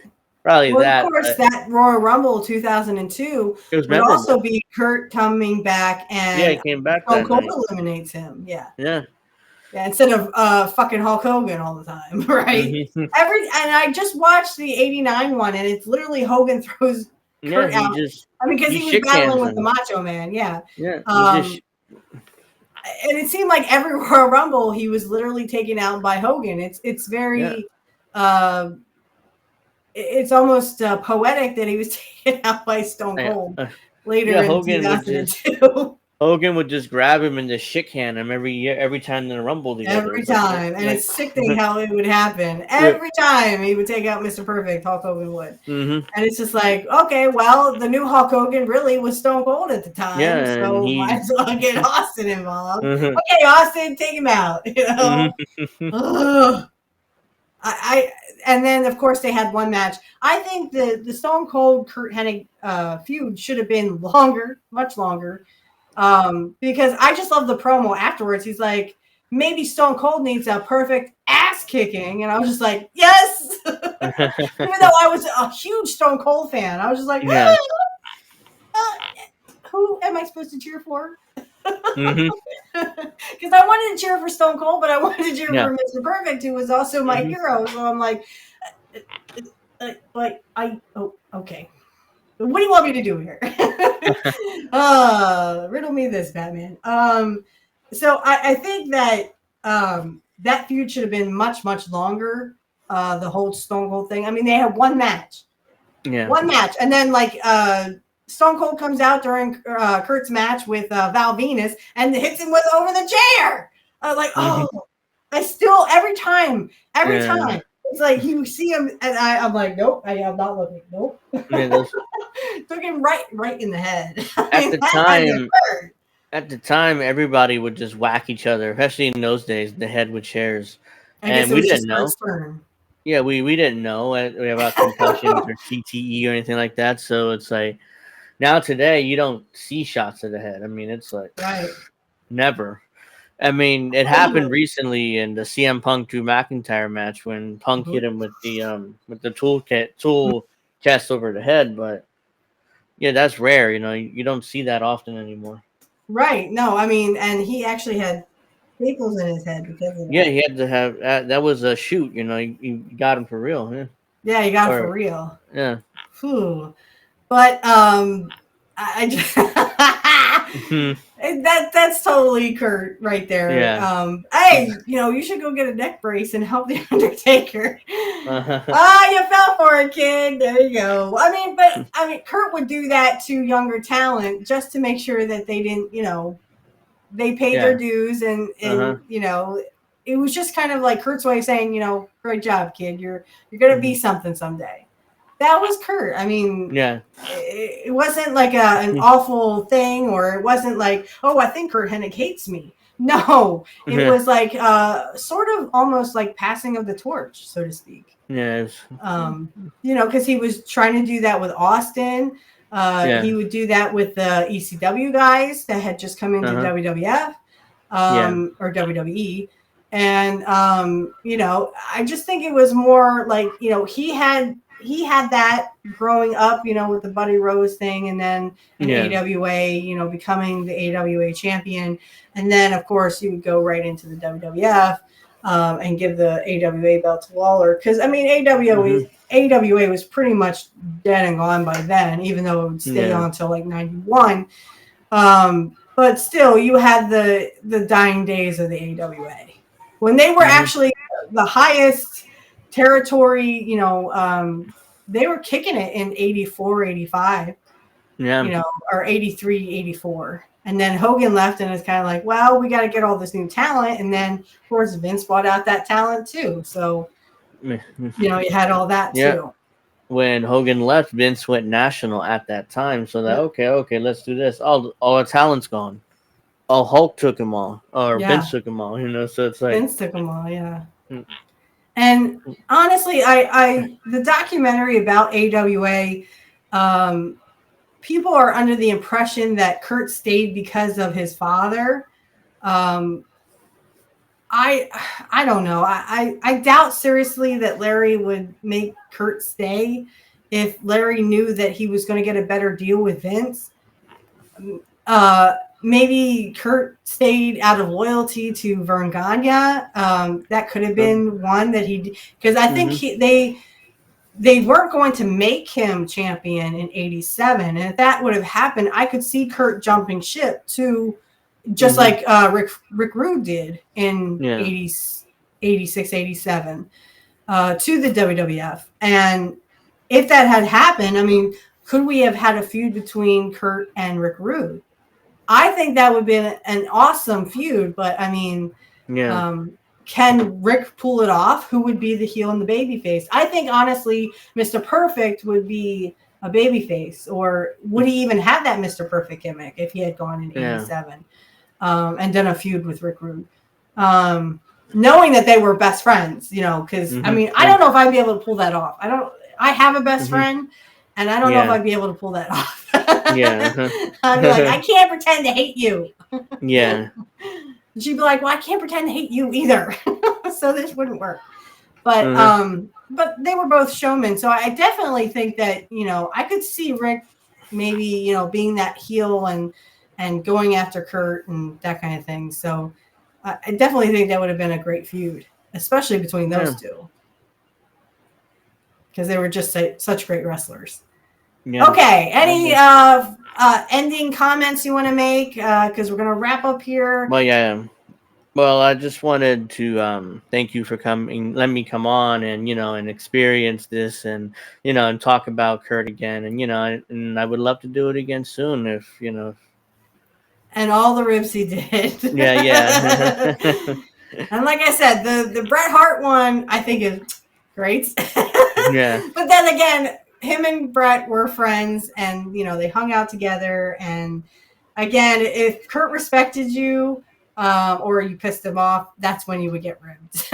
Yeah. Especially the guy in the plane with the chocolate on the rib. Yeah. Wasn't chocolate. But like I told Kit, that just goes to prove that Curt Hennig's shit doesn't stink. So, anything coming up for you, Angel, other than we will be back next week. Unfortunately, this is being recorded as of October 13th. Excuse me. So we will be back. This will be in this coming out will be in the future. So we did skip a week because Angel was not feeling so well. I actually wasn't feeling well either, even though I put my makeup on. I was actually like coming out like, oh, no show. Okay, cool. Just gonna take my makeup off and not just relax. So go ahead. No, it's just the same as usual. I do Friday at 7 is Angel in the afternoon, and Saturdays at 8 we do Pro Wrestling Talk. Nothing special popping up as far as I know right now. So yeah, it's just make sure you check out Angel in the afternoon, Fridays at 7, and Pro Wrestling Talk at Saturdays at 8 on my YouTube channel, The Handsome Cynic. Just search that; it'll pop right up, or at The Handsome Cynic, whatever. It'll pop right up. We an INN too. We do that. Check out INN, and I have a link tree. All my links are there. So yeah, but check out Angel in the afternoon at 7 on Fridays, and check out Pro Wrestling Talk Saturday at 8. Most Saturdays at 8. Most Saturdays, and we will let you guys know. I did hear back from Nick, who was in our chat room this Saturday, or not this Sunday, but last Sunday because we had to review Bad Blood, and I'm going to actually be on his show Friday, the 20th of October. Now this won't be broadcasted till November, so this will already have passed. But check me out on Nick. Oh shoot, I forgot his last name. I'm so sorry, but I'm going to be one of the callers. I'm actually going to call into his show that he does with his lovely wife. And they talk everything about wrestling. So check me out. He said maybe if you want to become a regular caller, they start at 7:30 because they do have another guest coming on this Friday. But I was going to try to get him and maybe his lovely wife to come on here. Maybe talk a little bit about Curt Hennig and, watch some matches with him or some promos or something, and then go into whatever match I'm at. Right now, I think we're going to do, we just did the Bryan Adams. So last week, we did the where Bryan Adams comes out and holds Bret Hart's hand so the NWO can attack Bret Hart, and then Bryan Adams joins the NWO. So now we're going to, no, actually that was 2 weeks ago. We did the impromptu match between the British Bulldog, Jim Neidhart, Curt, and Rude, and Bryan Adams. So it was on Thunder, and so on Nitro, I forget who he faces, but we're definitely going to do the next Nitro, and we'll kind of skip back and forth between Thunder and Rumble, or Thunder and Nitro, unless he doesn't have a match on Thunder. Now, Curt did have a match with the impromptu match, and then he comes out with they carry Savage out to the ring, put Savage in the ring, and Curt snaps the mask. They have a Sting mask on Randy Savage, and Curt grabs the mask and snaps it back twice, not once but twice. And I could just see Savage going, "Curt, you asshole," because he snaps the mask twice. But anyway, so my links are in the description field. I'm going to have Kit, I'm going to have Angels, I'm going to have myself. And then also, like I said, if you would like to give to this show, you can use the PayPal link or the Cashapp link. Just let me know what show you would like to give to, so I can distribute evenly between me and Matt or me and Angel, if it's for Pro Wrestling Talk or Black Magic Talk. But that's it for us, guys. Now you're going to hear shameless plugs. And then your Mhm. outro song that always makes me cry, which is also AI generated, but there will be a little spiel for everyone on YouTube that it is AI generated, and that we kind of created it together. So it's one of my best works, I think, because it really hits the heartstrings, especially if you really love Curt Hennig. If you are a big fan of Curt Hennig, I mean, it really pulls at your heartstrings, and I think Curt would really love it. It is a country song about him. Yeah. So, anyway, I'm not gonna cry. I'm just gonna go on with the show. But yeah, all the links will be in the description field for Kit, for Angel, and for myself. And that's it for us, guys. So I will catch you guys on the flip side. And remember, everybody, nobody beats Mr. Perfect. Nobody. Okay, guys, this is where we're going to do some shameless plugs here. So the first shameless plug, if you could please go over to my other show, which is Black Magic Talk. I will put the links in all the description fields. If you could just kind of browse it, if you are not only a wrestling fan, but you like Wicca or paganism, and you'd like to learn more about it. We just did some recent episodes. So if you'd like to hop over there, just click the link in the description field. If you would like to give to the Black Magic Talk Patreon, that link will be in the description field. And again, if you would like to have a tarot reading on the show, you can DM me on X. My link for that X will be in the description field. If you would like to do one off the show, you can also just DM me and I will give you my rate. My co-host is Matt Collins. He can also give you a tarot reading on the show or off the show. If it's on the show, all you would have to do is become a Patreon supporter for $5 a month. You get all kinds of perks. And again, we can let you know when you can come on the show. And if you'd like to do it off the show, Matt can definitely give you his rating for doing tarot. The next shameless plug I would like to do is, of course, Pro Wrestling Talk will always be on Saturday nights, 8 p.m. Eastern Time. It is scheduled to change, but Angel and I will let you know on the Wrestling X. So if you would like to DM us at any time, me and Angel, my link will be in the description field for my Wrestling X, and that is for Pro Wrestling Talk, and also for this podcast, Curt Hennig Was the Best, Changed My Mind. If you would like to give to the Patreon, I have for Curt Hennig Was the Best, Changed My Mind. Again, you can go and look in the description field. It should be there. I have $1, $3, $5, and $10. The other show is just $1, $5, and $10. I'm sorry, it's $3, $5, and $10, I think. I'm not sure. I'd have to double check. But if you could give, thank you in advance. If you'd like to ask any questions for Pro Wrestling or Black Magic Talk, you are free to direct message me on X, or Angel, my host for Pro Wrestling Talk. Again, 8 p.m. Eastern Standard Time every Saturday, unless it is scheduled to change, but we will definitely let you know beforehand. So, of course, this show, I'm going to do a shameless plug for this show. Again, $1, $3, $5, and $10 you can contribute on Patreon. If you would like to give on Cashapp, I will take donations on Cashapp, but direct message me on X if you would like to do that, and I will give you my handle.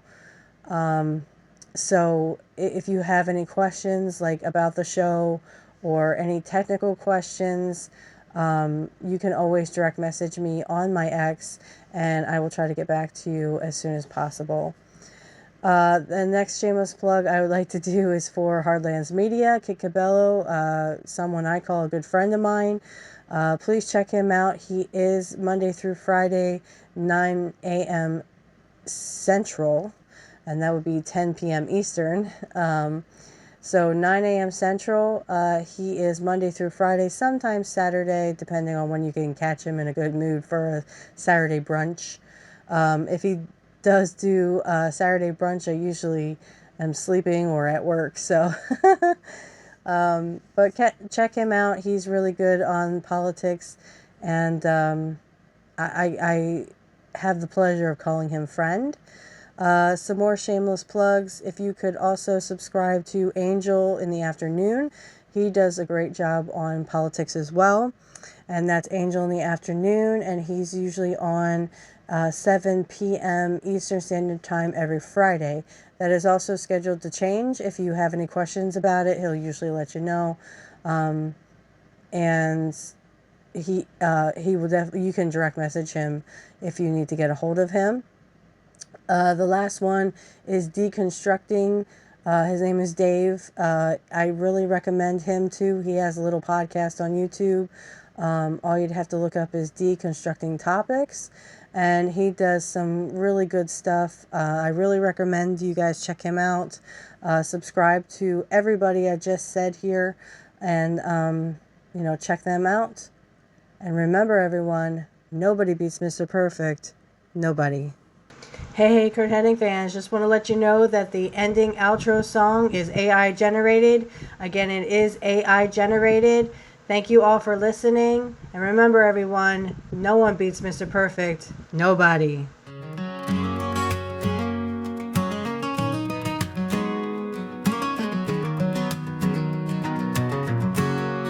He walked into the ring, a legend set to soar.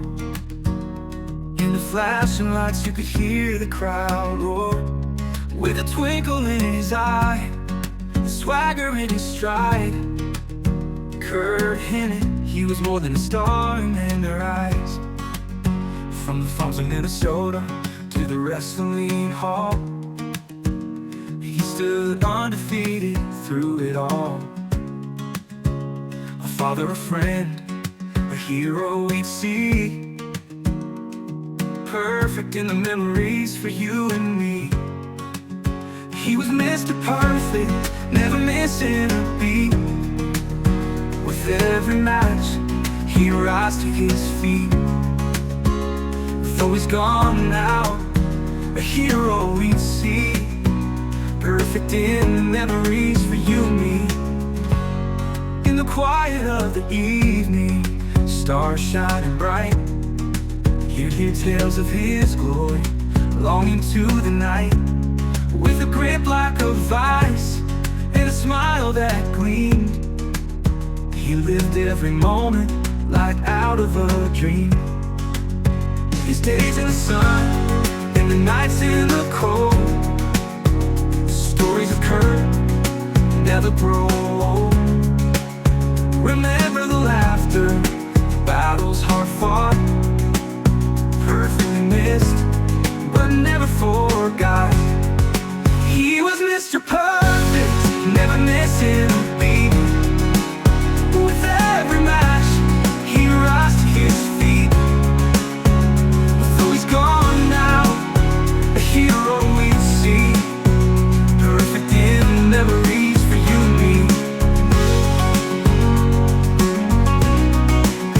He was Mr. Perfect, never missing a beat.